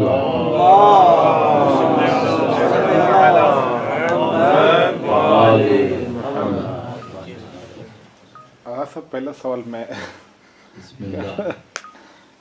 انسان کو بصیرت کیسے حاصل ہوتی؟ یعنی جب آپ آسٹریلیا میں آپ اوپر سے دیکھ رہے تھے سب کچھ، تو یہ اوور ویو ٹائپ جو نالج ہے کہ انسان چیزوں کو صحیح زاویے سے دیکھنا شروع کرے اور سمجھنا شروع کرے، تو یہ بصیرت انسان کے اندر کیسے آ سکتی ہے؟ جی بسم اللہ الرحمن الرحیم۔ اس کا ایک تو سادہ سا جواب ہو سکتا ہے، وہ یہ کہ بھائی یہ خدا کوئی لطف کرے تو آ سکتی ہے، ورنہ نہیں آ سکتی، ہمارے ہاتھ میں نہیں ہے۔ ایک بات، اس میں کچھ چیزیں ہیلپ فل ہو سکتی ہیں۔ علم خدا کا کام ہے، علم دینا خدا کا کام ہے، جس کو ہدایت بھی کہتے ہیں۔ ان اللہ یہدی من یشاء، خدا جس کے اندر لیاقت دیکھتا ہے اس کو ہدایت دے دیتا ہے۔ اچھا، ہم لیاقت کیسے لائیں اپنے اندر؟ وہ یہ کہ میں اللہ کی ہدایت اور اس کی دی ہوئی، آپ نے لفظ بصیرت استعمال کیا، اس کی دی ہوئی بصیرت کو ریسیو کرنے کے لیے تیار ہو جاؤ۔ اچھا، کیا اس میں کوئی ڈاؤٹ ہے کہ خدا دینا چاہتا ہے؟ نہیں، کوئی ڈاؤٹ نہیں، خدا تو ہمیشہ دینا چاہتا ہے۔ کوشچن میرے اندر ہے کہ میں ریسیو کرنے کے قابل ہو گیا اور میرے اینٹیناز اسٹرانگ ہو گئے تو میں اس کی دی ہوئی ہدایت کو ریسیو کر لوں گا۔ یہ کیسے ہوتا ہے؟ دو طریقے سمجھ میں آتے ہیں مجھے۔ ایک تو وہ ہے جس کو آپ ڈائریکٹ پریپریشن کہہ سکتے ہیں، ڈائریکٹ پریپریشن کہہ سکتے ہیں۔ وہ کیا ہے؟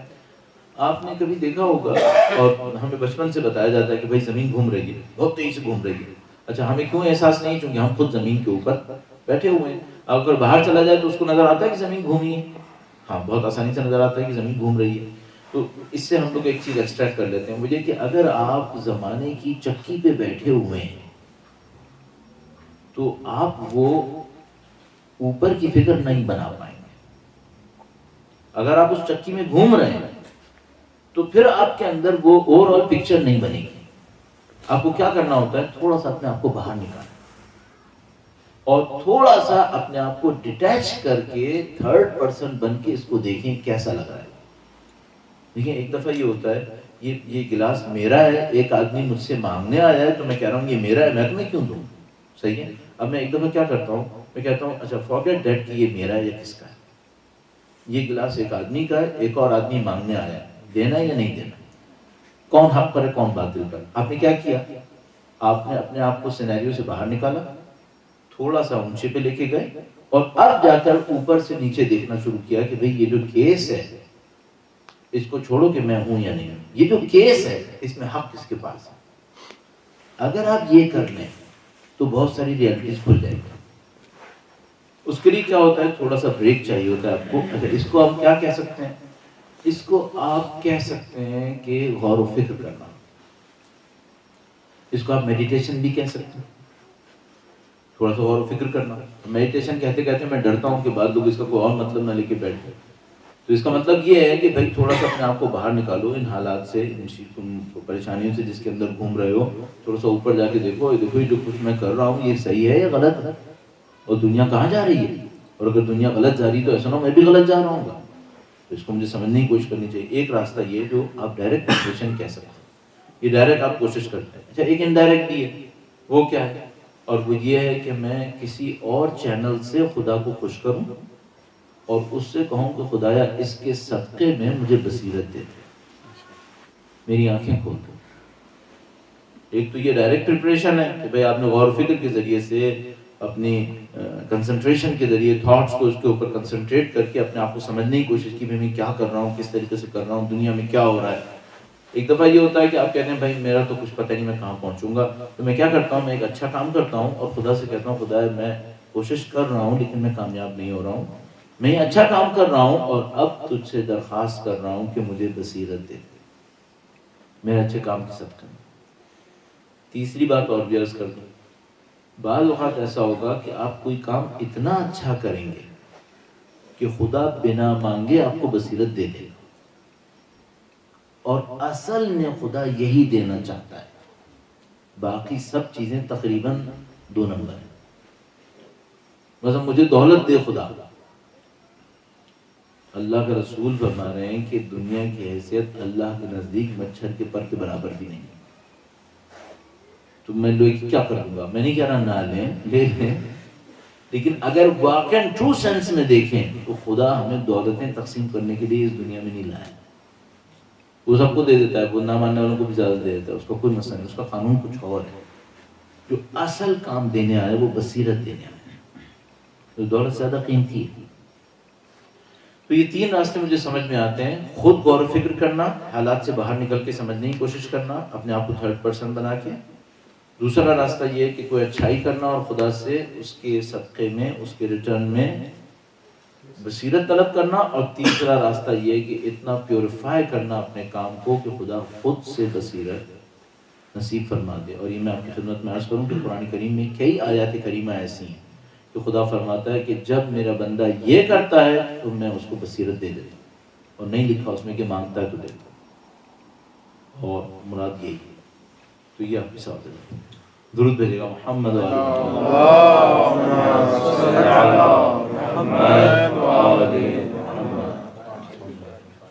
صاحب. آپ نے کچھ عرصہ پہلے ایک تقریر میں کہا تھا کہ دین کو اپنی زندگی میں آزمائیں، اس کی تھوڑی وضاحت کرتے ہیں. جی انہوں نے فرمایا کہ میں تاکہ خواتین کو بھی سوال سمجھ میں آ جائے، میں اس طرح سوال شاید دہرانا بھول گیا. انہوں نے فرمایا کہ دین کو اپنی زندگی میں آزمانے کے لیے ہم نے کہیں کہا تو اس کا مطلب کیا ہے؟ اس کا مطلب بہت سادہ سا ہے. وہ یہ کہ مثلا فرض کیجئے آپ کو یہ پتہ چلا، یوں ہی عرض کر دیتا ہوں تجربے ایکسپیریمنٹس. وہ یہ کہ ایک بندہ خدا مجھے ملا ابھی اسی سفر میں، یورپ کے اسی سفر میں ایک بندہ خدا مجھے ملا اور مجھ سے کہنے لگا کہ مجھے یہ پتہ چلا ہے کہ شیخ بہائی سے کسی نے کہا کہ اہل بیت کے اندر یہ طاقت تھی کہ وہ پتھر کو سونا بنا سکتے تھے. تو شیخ بھائی نے جواب میں کہا کہ تم نے اہل بیت اطہار کو کم سمجھا، تم نے کم سمجھا. یہ پتھر کو سونا تو ان کے شاگرد بھی بنا سکتے تھے. یہ کیا بات ہے؟ پتھر کو سونا یہ تو کوئی بھی کر سکتا ہے. دنیا کی چھوٹی موٹی چیزیں تو ان کے شاگرد بھی کر سکتے ہیں. صحیح ہے. اب ذرا دیکھیے سامنے والے نے کیا کیا. اس نے کہا کہ اس کا مطلب ہے شیخ بھائی نے اتنی کانفیڈنٹلی کہا ہے تو اس کا مطلب ہے یہ خود بھی کر سکتے ہوں گے. سامنے والے نے کہا کہ بھئی یہ ایک آدمی اتنا کانفیڈنٹلی کہہ رہا ہے تو اس کا مطلب یہ ہے کہ یہ خود بھی کر سکتے ہوں گے. تو اس نے ایک اور کام کیا. اس کو دنیا میں زندگی میں کوئی مشکل پھنسنے لگتی تھی، اس نے ٹیسٹ کیا تھا چیزوں کے گم ہونے میں. صحیح ہے. تو جیسے وہ دیکھتا تھا میری کوئی چیز گم ہو گئی ہے، وہ ایک سورہ فاتحہ پڑھتا تھا، شیخ بھائی کو ہدیہ کرتا تھا اور کہتا تھا کہ آؤ صاحب بسم اللہ، جو اہل بیت کے شاگرد بھی کر سکتے ہیں، براکت میرا یہ کام تو نپٹائیں آپ کسی طریقے سے. تو اس نے مجھے بتایا، میں نے اس سے پوچھا تو اس نے مجھے بتایا کہ مولانا ایک دو دفعہ نہیں، میں کہہ سکتا ہوں کہ میں نے سینکڑوں دفعہ آزما لیا اور یہ ہو رہا ہے. اس نے مجھ سے کہا. اب میں ایزیوم کرتا ہوں سینکڑوں دفعہ میں تھوڑا سا مبالغہ ہو گیا ہوگا، تو اس کا مطلب یہ کہ دسویں دفعہ تو کہیں نہیں گیا. یہ ایک طریقہ ہے دین کو آزمانے کا. یہ تو اس نے روایت کی بیس پہ نہیں کیا. مثلا فرض کریں اگر مجھے ایک روایت مل جائے، یعنی میں اپنا عرض کرتا ہوں صاحب ایسا ہوا، اب اللہ جانتا ہے اس کے پیچھے کیا ہوگا، لیکن بہرحال میں عرض کر دیتا ہوں. مجھے کسی نے بتایا کہ تمہارے والد، میرے والد مرحوم، ان کے خواب میں آئے، نہیں بتایا چاہ رہا کون، اور انہوں نے یہ کہا میرے لیے کہ مرتضیٰ سے کہنا کہ میں قیامت میں آخرت میں گھر نہیں بنا سکا، تم بنا لو، تم بناؤ. میں نے اس کو شروع میں سیریس نہیں لیا. ٹھیک ہے، لوگ خواب دیکھتے رہتے. پھر بعد میں کچھ عرصے کے بعد مجھے یاد آیا، میرے ذہن میں آیا کہ میں اس کو سیریس کیوں نہ لوں. اگر صحیح نہیں بھی ہوا یہ خواب تو میسج برا نہیں ہے. مجھے بالآخر آخرت میں زندگی گزارنی ہے، مجھے آخرت میں کچھ چیزیں چاہیے. مجھے پتہ ہے دنیا میں جس طرح یہاں پہ مجھے گھر چاہیے ہوتا ہے، مجھے برزخ کی زندگی میں بھی یہ سب چاہیے. تو میں نے کہا کہ ٹھیک ہے، میں اب اس کو سیریس لیتا ہوں. اس کے بعد میں نے سوچا کہ میں جا کے دیکھوں اہل بیت اطہار علیہ السلام نے اپنی روایات کے اندر کس بات پہ وعدہ کیا ہے کہ انسان کا آخرت میں گھر بن جاتا ہے. مجھے ٹرائی کرنا چاہیے کس چیز پر اہل بیت نے وعدہ کیا ہے کہ اگر کوئی یہ کرے تو آخرت میں اس کا گھر بن جاتا ہے، آخرت میں اس کا گھر بن جاتا ہے. صحیح. تو ابھی دین کو آزمانا یہ ہوگا کہ میں جا کے دیکھوں روایتوں میں کیا کیا مورد ہیں، ان کے اوپر عمل کرنا شروع کر دوں اور اس بات کا انتظار کروں کہ کبھی مجھے یہ خبر ملے کہ بالآخر آخرت میں میرا گھر بنا یا نہیں بنا. یہ آخرت کے بارے میں دین کو آزمانا ہے. پہلی مثال میں نے دین کو کس لیے آزمایا تھا؟ دنیا کے لیے. اب دوسری مثال کے اندر دین کو آزمایا ہے آخرت کے لیے. البتہ اس دوسرے والے پریکٹس میں اور اس میں ایکسپیریمنٹ کے اندر مشکل یہ ہے کہ اس کی سکسس کی رپورٹ اتنی آسان نہیں ہے. کون وہاں سے لا کے بتائے گا کہ ادھر کی ڈاکومنٹیشن میں میرا گھر بنا یا نہیں بنا، ٹرانسفر ہوا یا نہیں ہوا، تو اس کی خبر لانا مشکل ہے. لیکن میں کہوں گا کم از کم دنیا کے لیے تو دین آزماؤ، دنیا کے لیے تو دین آزما لیں. مثال کے طور پر ایک آدمی میرے پاس آیا، اس نے کہا مولانا میرا بچہ مر گیا. ایک ہی بیٹا تھا اس کا. کہنے لگا مولانا میرا بچہ مر گیا. کہنے لگا میں بہت اپنے آپ کو اور اپنی بیوی کو سمجھاتا ہوں کہ دیکھو ہم اگر بچے کو پالتے بھی، بڑا بھی ہوتا، جوان ہو گیا تھا بیچارہ، کہنے لگا میں اس کو سمجھاتا ہوں کہ بھئی اگر یہ زندہ رہتا تو کیا ہونا تھا، ہم نے مر جانا تھا، بعد میں اس نے بھی ہمارے پاس آنا تھا. اب اس سے یہ ہوا ہے کہ پہلے وہ چلا گیا، ہم بعد میں چلے جائیں گے. یہی ہونا تھا نا کہ پہلے ہم نے مرنا تھا، کچھ عرصے بعد اس نے آنا تھا. تھوڑا سا الٹا ہو گیا. ابھی وہ پہلے چلا گیا ہے، ہم بعد میں چلے جائیں گے.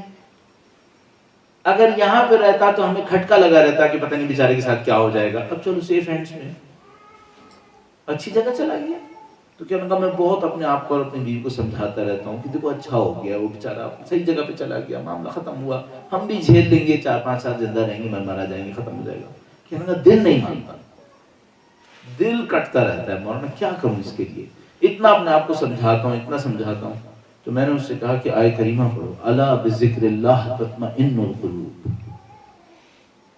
اس آیت کریمہ کو پڑھو. کہنے کہ کتنا پڑھو؟ میں نے کہا بھائی جتنا بھی پڑھ سکتے ہو پڑھو, کوئی جادو تھوڑی ہے کہ 85 ٹائمز پڑھنا ہے, 75 ٹائمز پڑھنا ہے. بعض روایتوں میں آتا ہے ایسے پڑھنا ہے, ایسے پڑھنا ہے, اس میں کوئی قید نہیں, جتنا پڑھنا ہے پڑھ. کہنے کا ٹھیک ہے. کچھ عرصے کے بعد مجھے ملا, تو میں نے اس سے پوچھا کہ مجھے میرے پاس آیا اسی طرح جیسے.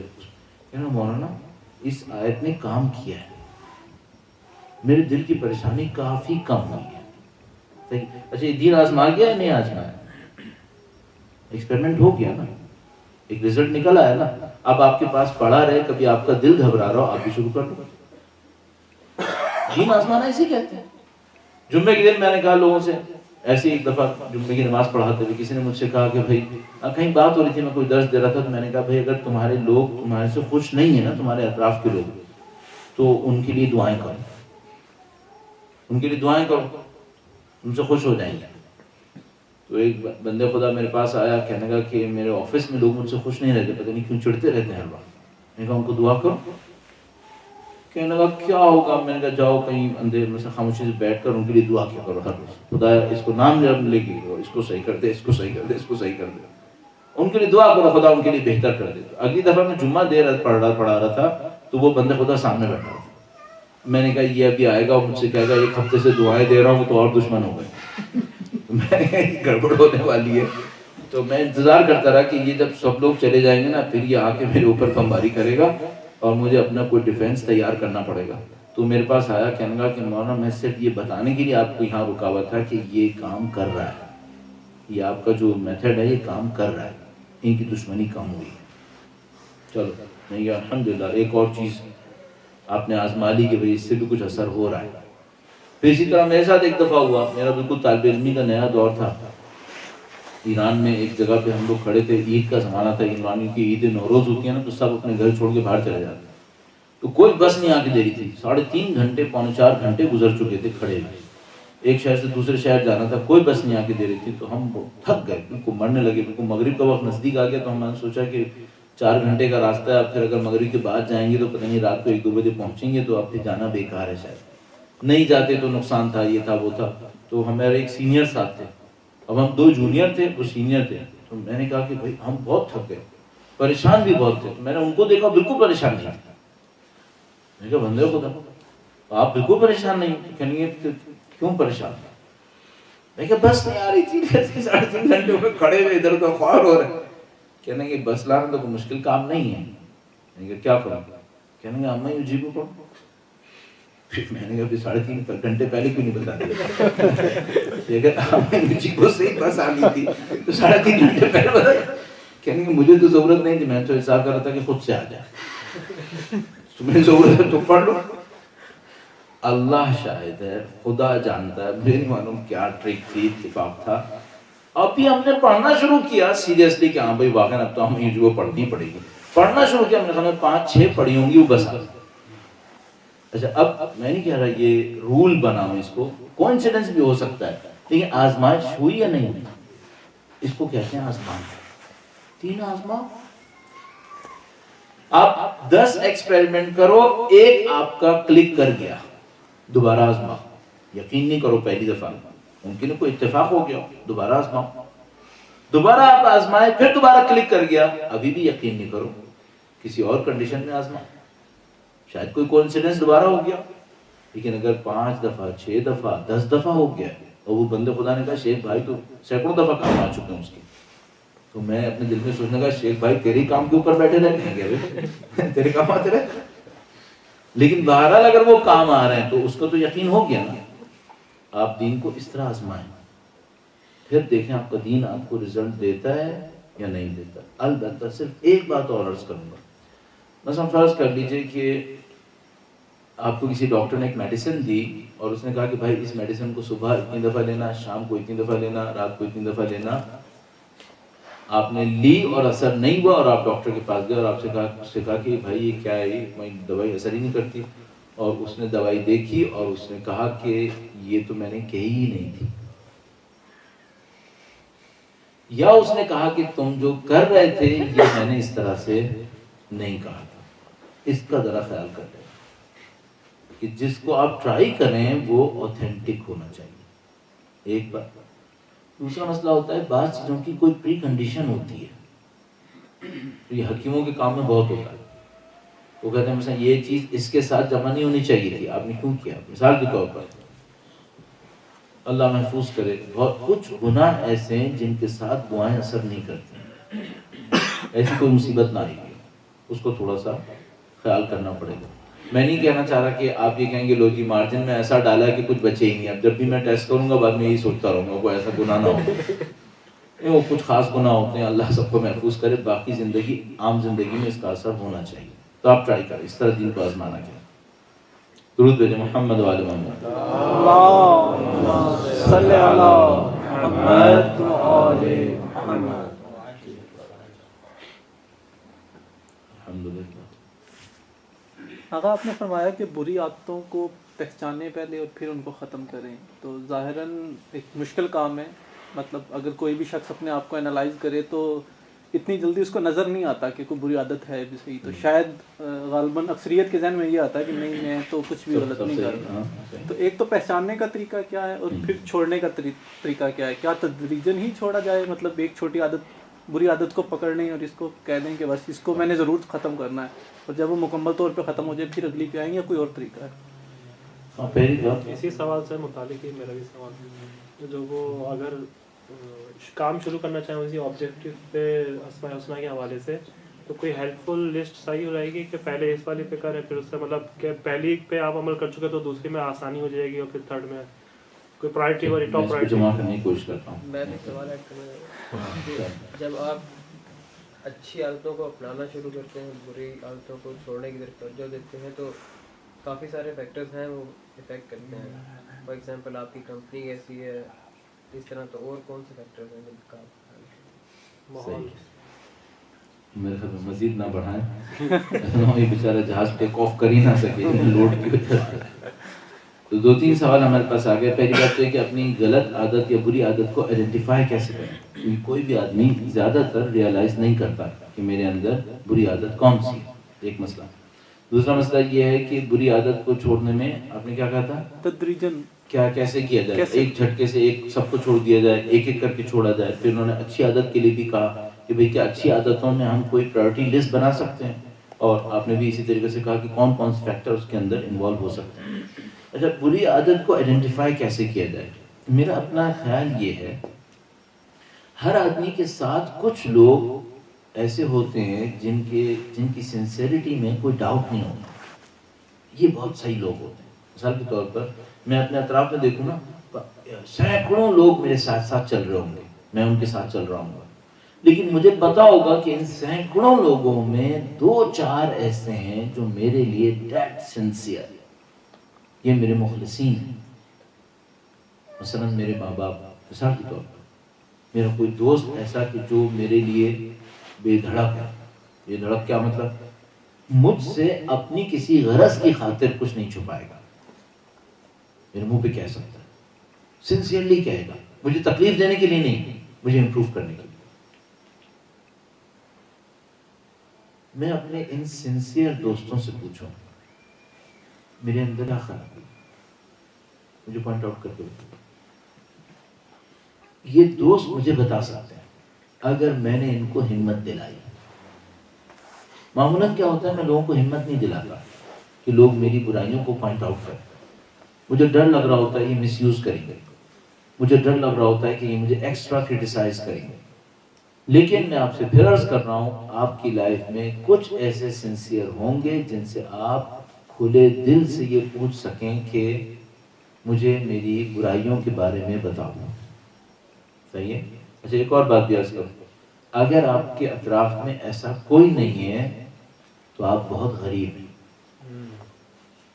روایتوں کی روشنی میں آپ غریب ہیں.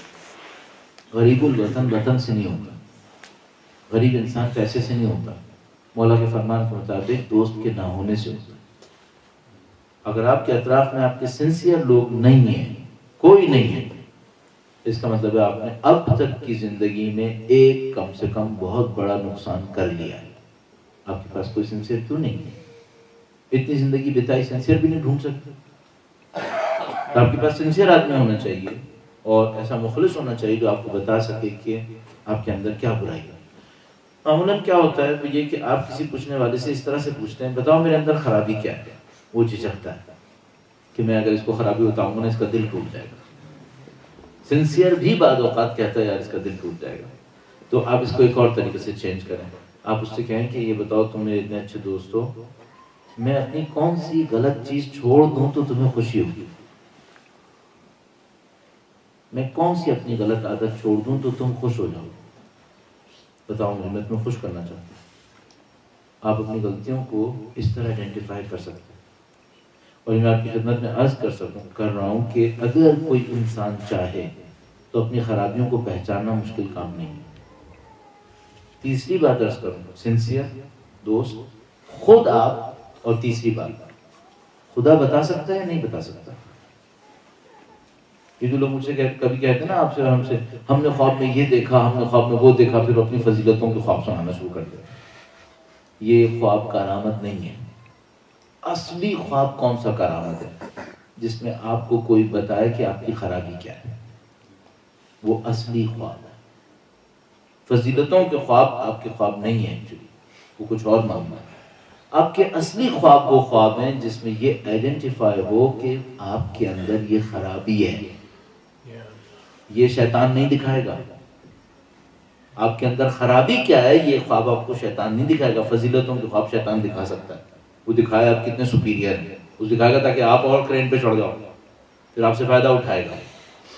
لیکن یہ کہ آپ کو کوئی خواب میں یہ بتائے کہ آپ کے اندر خرابی کیا ہے، یہ خدا کا نظام کرے گا، یہ اور کوئی نہیں کرے گا۔ تو یہ دو تین راستے ہیں جس سے آپ اپنی خرابی کو آئیڈینٹیفائی کریں۔ اچھا، ایک دفعہ آئیڈینٹیفائی ہوا، کچھ پتہ چلا، تھوڑا سا اور انالیسس کریں، دیکھیں اس کی ڈیپتھ کیا ہے، ڈیپتھ کیا ہے۔ میں آپ کی خدمت میں تفصیل نہیں عرض کرنا چاہ رہا، پھر ایک کہانی بن جائے گی لمبی چوڑی۔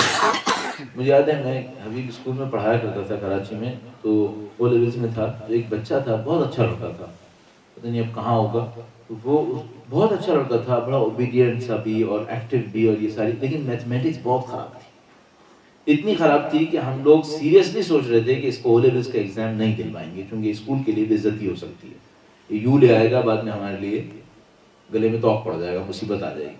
تو ہم سوچ رہے تھے اس سے کہیں گے کہ یار تم اسکول سے فارم جمع نہیں کرو، جو انڈیپینڈنٹ کینڈیڈیٹ بن کے تو اپنا او لیولز دے دو۔ تو ہمارے دوستوں کے درمیان بیٹھے ہوئے تھے، تو ہم نے کہا کہ بھائی کیا کچھ اس کے لیے بہتر نہیں کر سکتے، ہم کوئی راستہ نکالنا چاہیے۔ تو ایک دوست ہے ہمارے بہت اچھے میتھمیٹکس میں نے اس سے کہا، میں نے کہا یار یہ بچہ ہے اور اچھا بچہ ہے، اس کے لیے کوئی راستہ نکالو۔ تو کہنے لگا کو میرے پاس ٹیوشن کے لیے آ گیا، میں نے کہا یار یہ ایک اور کمرشل دنیا کھڑی ہو جائے پیسے کمانے کے۔ میں کہا دیکھو میں کہہ دوں گا تمہارے پاس آ جائے گا ٹیوشن کے لیے، لیکن ذرا سکھانا ہے اس کو ذرا ڈھنگ سے، میں ایک ہفتے بعد پوچھوں گا۔ کہنے لگا ٹھیک ہے، اس کو بولو میرے پاس آ۔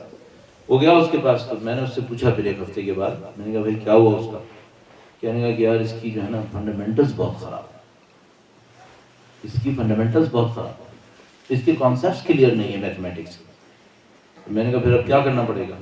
کہنے لگا بھائی ایسا ہے کہ اس کو کلاس 6 سے میتھمیٹکس دوبارہ پڑھانی پڑے گی۔ تو میں نے کہا ابھی ایگزام میں ٹائم ہے، آپ 6 سے شروع کرو، ٹائم لائن بنا لو اپنا، 6 سے لے کر آؤ، اس کو او لیولز تک لے آؤ، اللہ نے چاہا بہتر ہو ہی جائے گا۔ الحمدللہ رب العالمین کلک کر گیا، وہ بچہ او لیولز میں اچھے گریڈز میں پاس ہو گیا۔ اب ایک لطیفہ مانا، ایک دفعہ ٹورنامنٹ تھا، بہت معذرت کے ساتھ میں چاہتا ہوں آپ خوش جائیں، آپ لوگ مجھے بھی پریشان کر رہے ہیں۔ تو ایک دفعہ ایک ٹورنامنٹ تھا، اس میں ہاٹ فیوریٹ انڈیا اور پاکستان تھے، دبئی میں ہو رہا تھا کرکٹ کا ٹورنامنٹ، ہاٹ فیوریٹ انڈیا اور پاکستان تھا۔ انگلش ٹیم انتہائی ان ایکسپیرینس، نئی بچوں والی ٹیم تھی، ابھی بھی میرے خیال میں ایسی رہتی ہے، اس کی حالت خراب ہے۔ اچھا ہوا یہ کہ اس کے فائنل میں آنے کا کوئی چانس نہیں تھا، انگلینڈ سری لنکا تھا، میرے خیال پاکستان اور انڈیا تھا، اور پتہ چلا کہ پاکستان انڈیا دونوں فائنل میں نہیں آئے، اور انگلینڈ اور سری لنکا آ گئے اور انگلینڈ جیت گیا۔ تو میچ کے بعد انٹرویو ہوتا ہے تو اس نے کیپٹن سے پوچھا کہ بھائی تم جیتے کیسے، تمہارے پاس تو کوئی ایک بھی ایسا بندہ نہیں تھا جس نے 100 ون ڈے کھیلے ہوں، اور جو پاکستان اور انڈیا کی ٹیم تھی اس میں 250 300 کھیلنے والے پڑے ہوئے تھے.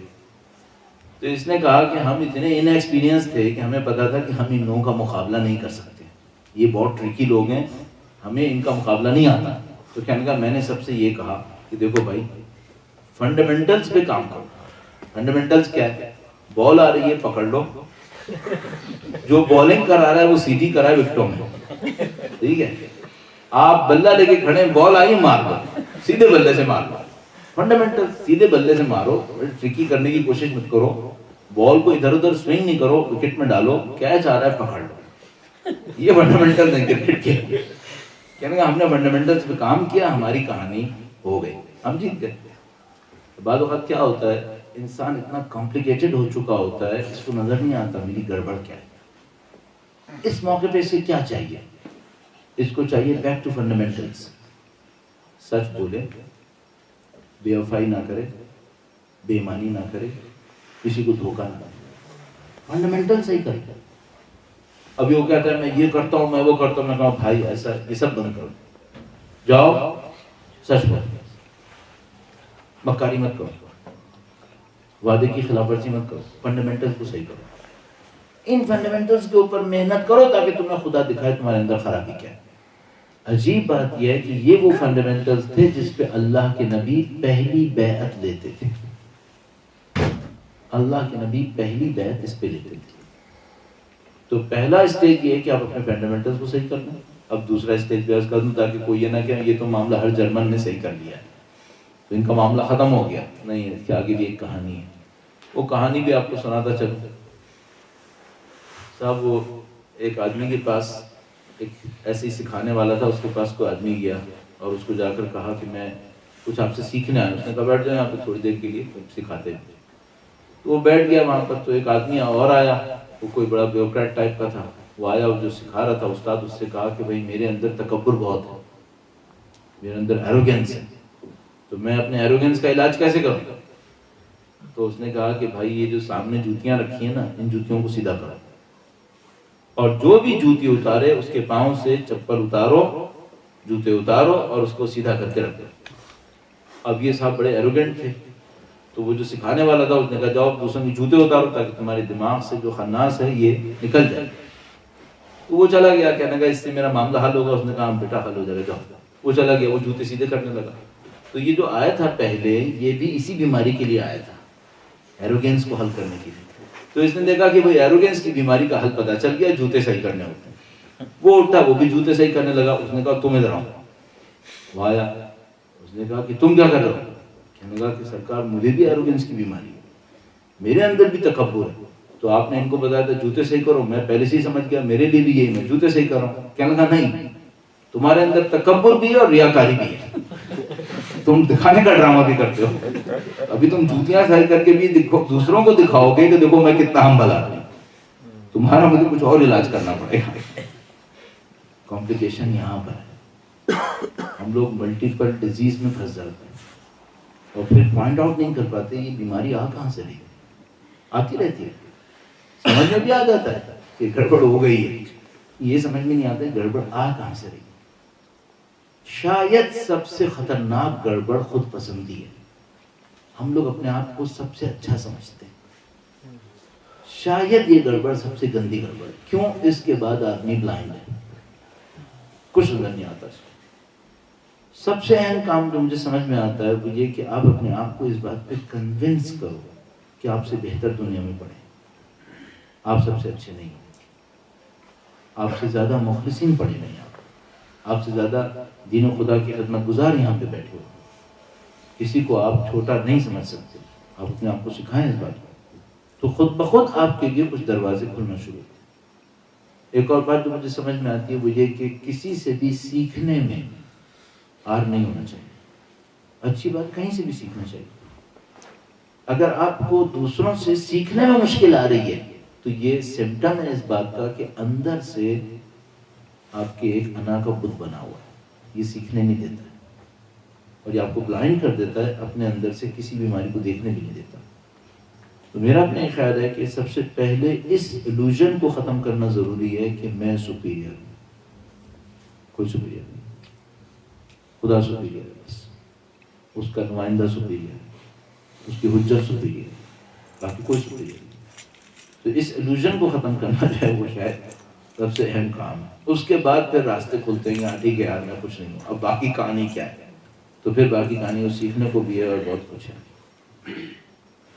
درود بھیجیں محمد و آل محمد. اللہم صلی علی محمد و آل محمد. جلدی سے کروں, اچھائی میں اگر کوئی سیکھنا چاہے تو کیا سیکھے؟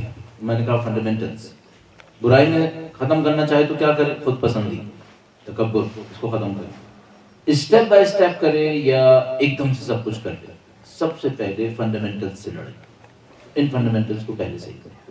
کیونکہ آپ اوپر کی کہانی صحیح کرتے رہیں اور آپ کی فاؤنڈیشن خراب ہو تو آپ کی عمارت پھر گر جائے گی, آپ صحیح نہیں کر پائیں گے.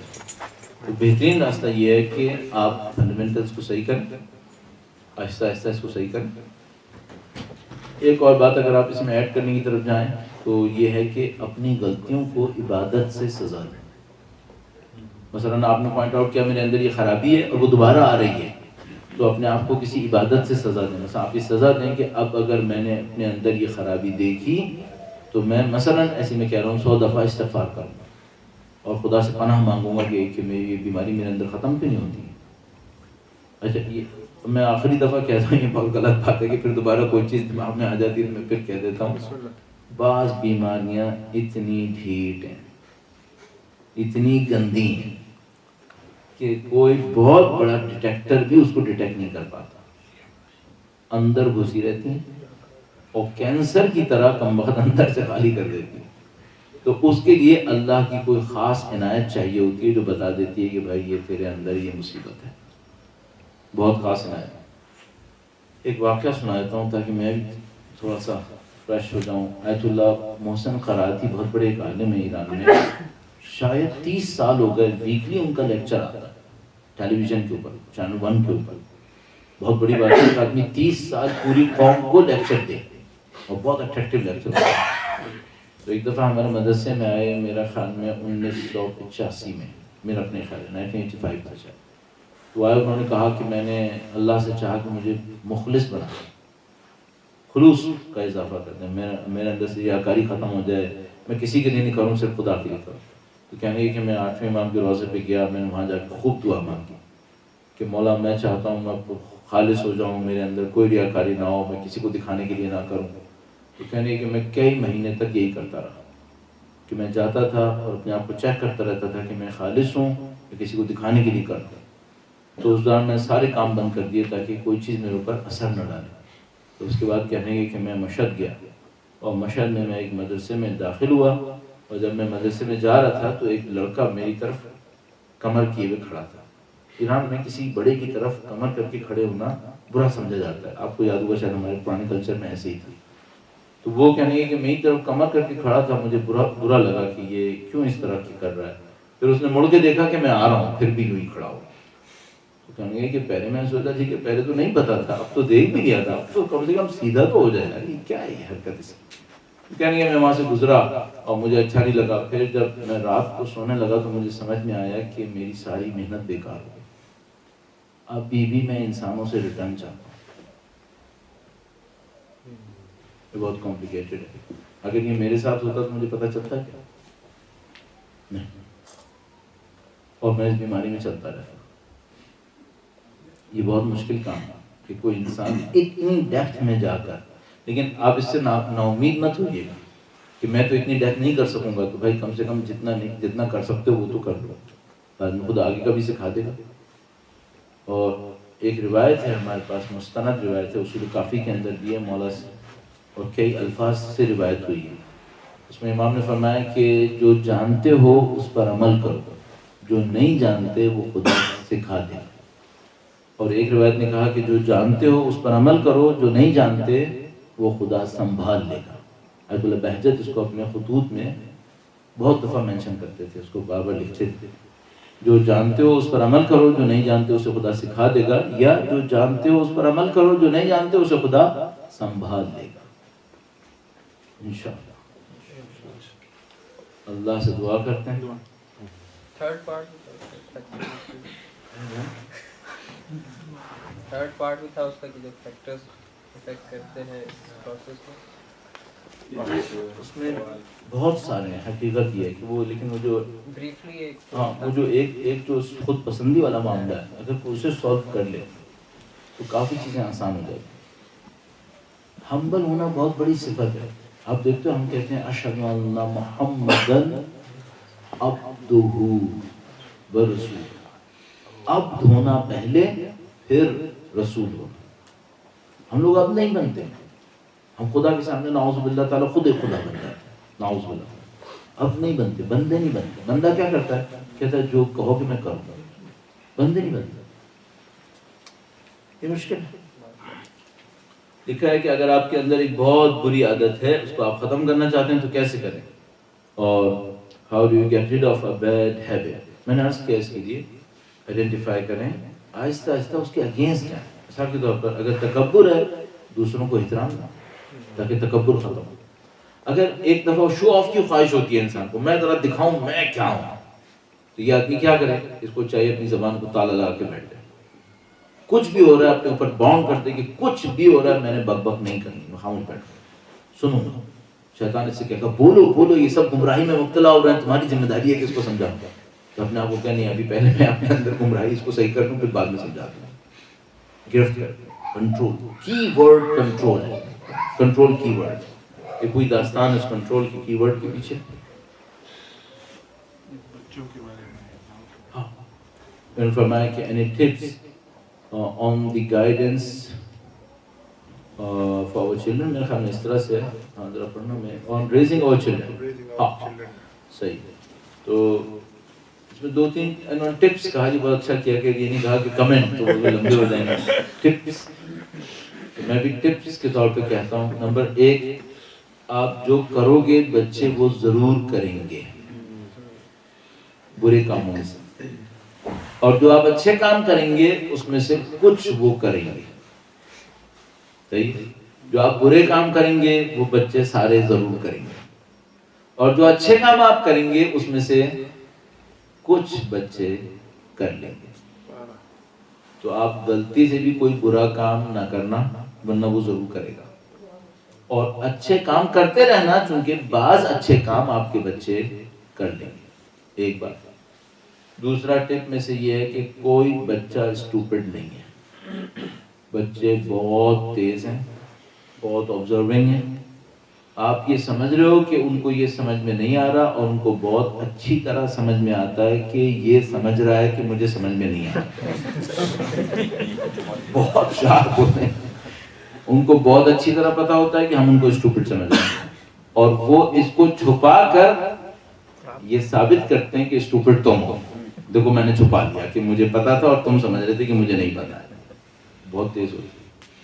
تو آپ بچوں کو کبھی بھی انڈر اسٹیمیٹ مت کیجیے گا. بہت آبزرونگ ہوتے ہیں بہت تیز ہوتے ہیں. تیسری بات بچے کے دماغ کو کرٹیکل بنائیں اور کبھی بھی سب اسٹینڈرڈ آنسر مت دیجیے گا.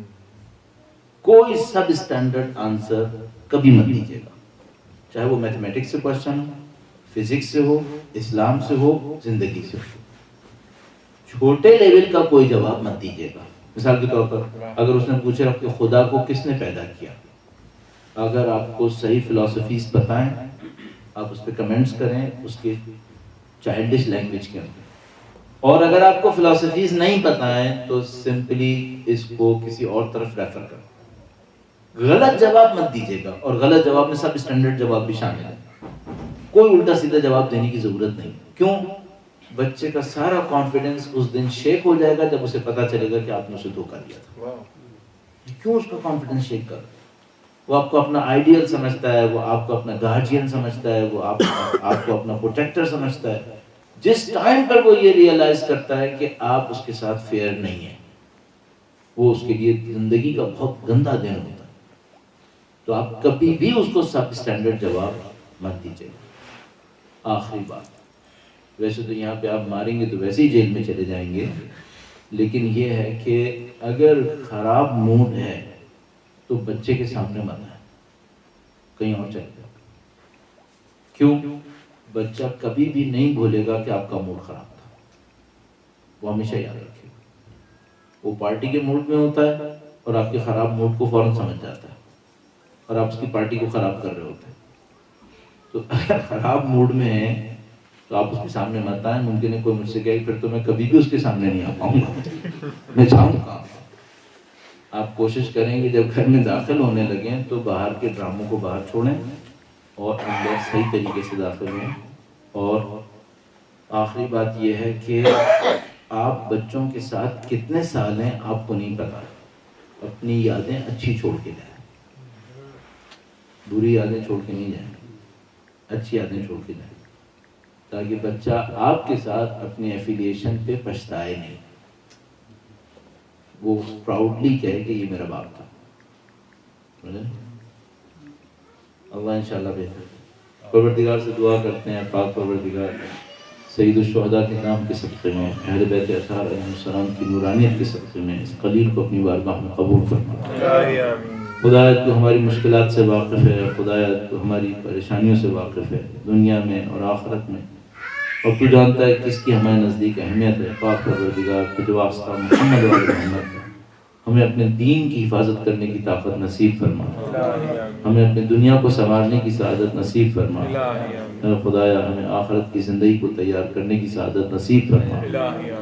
اے خدایا تجھ واسطہ محمد و آل محمد کا سید و سردار مولا اور آقا امام آخر الزماں کی ظہور میں تعجیل فرما، ہمیں ہماری اولادوں کو ان کے جانثاروں میں قرار فرما۔ خدایا ہماری زندگیاں تیری دی ہوئی امانت ہیں، خدایا اس امانت کو اپنے دین کی راہ میں شہادت قرار فرما۔ ربنا تقبل منا انک انت السمیع العلیم بجاہ محمد و آلہ الطاہرین۔ اپنے مرحومین کی ارواح کی بلندی کے لیے، اپنے ان کے گناہوں کی مغفرت کے لیے اور اللہ کی خاص ہدایت کے حصول کے لیے، وقت کے امام کے ظہور کے لیے درود بھیجیں محمد و آل محمد۔ ہاں یہ مسائل بنیں گے وہاں پر کہ بھئی اس کو آپ عبادت کہیں گے یا نہیں کہیں گے۔ اچھا مثال کے طور پر آپ اپنے بھی بچوں کے ساتھ گئے پہاڑی کے اوپر گردش کے لیے، گھومنے پھرنے کے لیے، یہ عبادت بنے گی یا نہیں بنے گی؟ یہ بھی ایک مسئلہ ہے، کس چیز کو عبادت کہیں گے کس کو نہیں کہیں گے۔ تو جو ہماری کنزرویٹو فکر ہے پاکستان کے اندر، دوسرے معاشروں کے اندر رائج فکر، وہ یہ کہتی ہے کہ بھائی صوم و صلاۃ تو عبادت ہے، تسبیح و زکوٰۃ یہ تو عبادت ہے، حج کیا یہ عبادت ہے، آپ نے ذکر اہل بیت کیا یہ عبادت ہے، لیکن باقی کا پھر کیا ہوگا؟ باقی کا پھر کیا ہوگا؟ اسی سے ذرا سا اور جوڑ لیجئے، پھر پتہ نہیں زندگی میں کب موقع ملے یہاں پہ دوبارہ آنے کا۔ قرآن کریم بار بار کہتا ہے نماز پڑھو، نماز پڑھو۔ کہیں ایک دفعہ بھی خدا تعالیٰ نے کہا ہے نماز پڑھو؟ ایک دفعہ بھی نہیں کہا نماز پڑھو، ہر جگہ کہا ہے نماز قائم کرو۔ اچھا ہم تو نماز پڑھتے ہیں، ہم لوگ نماز پڑھتے ہیں، یہ جو ابھی آپ نے نماز پڑھی یہ نماز پڑھ لی، اور خدا متعال فرماتا ہے نماز قائم کرو۔ تو اس دو میں کیا فرق ہوگا، نماز پڑھنے میں اور نماز قائم کرنے میں؟ ایسا ہی ایک فرق بنے گا جب ہم کہتے ہیں عبادت کرنے کے لیے خدا نے خلق کیا۔ اچھا عبادت دنیا میں جو ہماری ذہن میں آتا ہے وہ تو دن میں 20-25 منٹ ہوتی ہے، آدھے گھنٹے ہوتی ہے، باقی 23 گھنٹے 23.5 گھنٹے کیا ہوگا؟ اس کا ہدف خلقت سے کیا تعلق ہے؟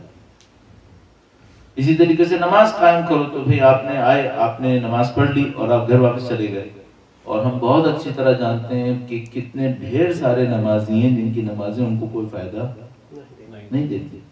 میں اس کو آپ کی خدمت میں عرض کروں گا، ایک بار اپنا درود بھیجے گا محمد و آل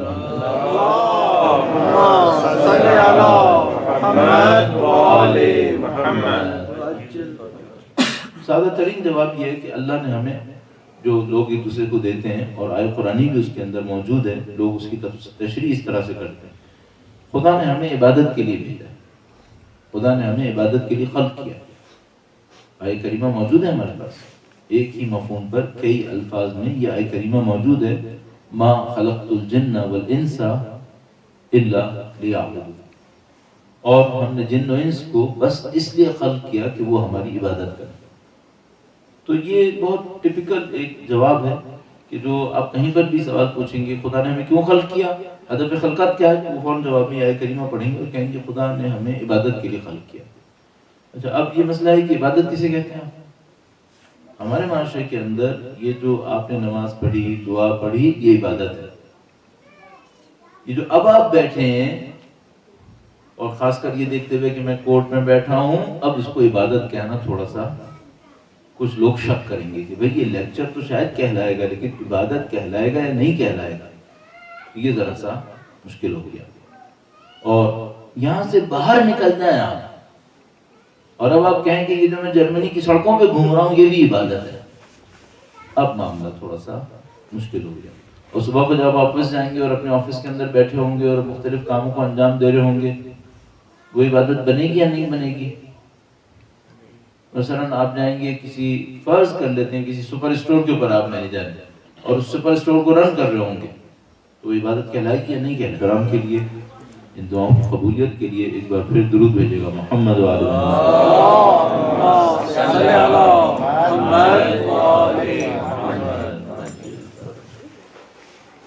رضی اللہ عنہ نے ہم انسانوں کو کچھ صلاحیتوں اور توانائیوں کے ساتھ اس دنیا میں بھیجا ہے. ہم جب انسانوں کی صلاحیتوں کو دیکھتے ہیں تو اس طرح ہر انسان کا فنگر پرنٹ مختلف ہوتا ہے، اس کی ڈی این اے میں ڈفرینس ہوتا ہے، اور انسان کے اندر 10 ایسی چیزیں جو اس کو ڈفرینشیٹ کر رہی ہوتی ہیں دوسرے انسانوں سے. شاید کہہ سکتے ہیں کہ انسان توانائیوں میں بھی مختلف ہوتے ہیں.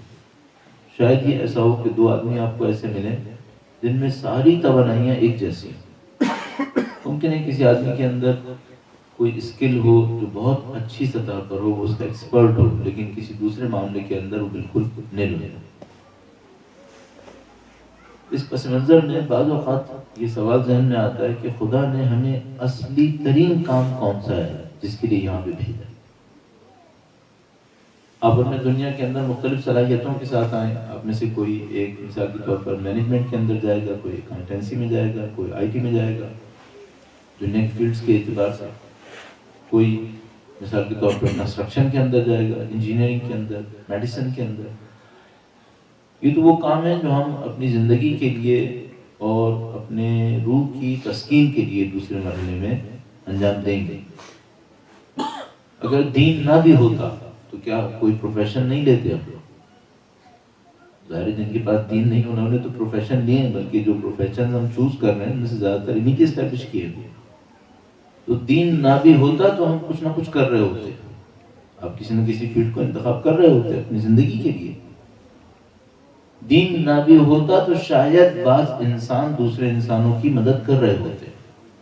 بہت سارے ایسے لوگ ہیں جو کسی دین کے معتقد نہیں ہیں، لیکن بہرحال کسی حس کے تحت، کسی سینس کے تحت وہ دوسرے انسانوں کی مدد کر رہے ہوتے ہیں.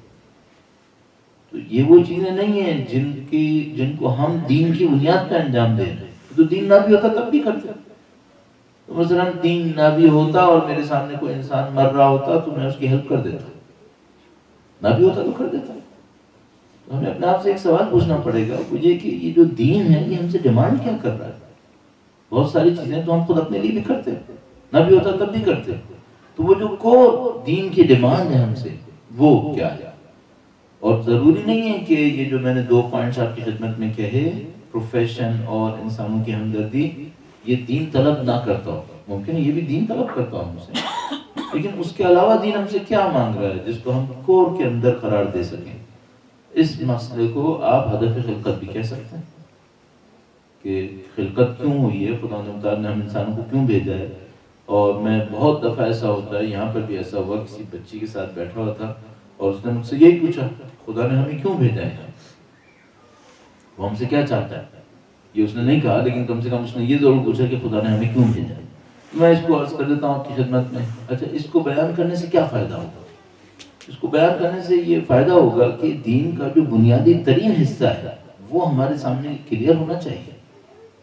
اب میں پہلے چند جواب دوں گا جو لوگ دیتے آ رہے ہیں، اور ان جوابوں کے بعد پھر وہ جو میرے خیال اس میں اصلی جواب نعرہ رسالت یا رسول اللہ، نعرہ حیدری یا علی، پر محمد آل محمد صلوات اللہم صلی علی محمد وعلی اور دیگر صلوات اللہم صلی علی محمد وعلی محمد.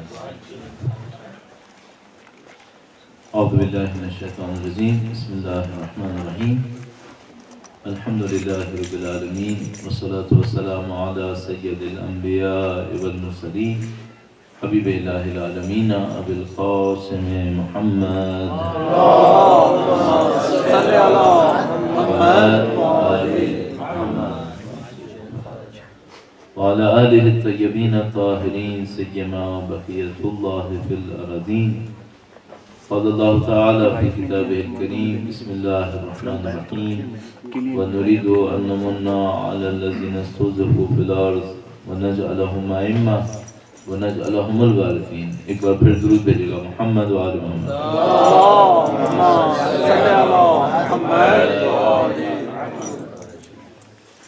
پروردگار عالم کا انتہائی شکر ہے، انتہائی خدا متعال کا احسان ہے کہ اس نے ہمیں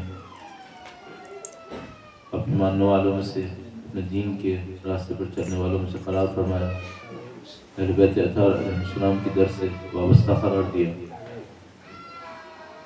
اس دعا کے ساتھ کہ انشاءاللہ خدا ہمیں اسی دنیا میں وقت کے امام کا ظہور دیکھنا نصیب فرمائے، ان کی نصرت کی سعادت نصیب فرمائے اور ان کی نصرت کی راہ میں شہادت نصیب فرمائے. وقت کے امام کو حضور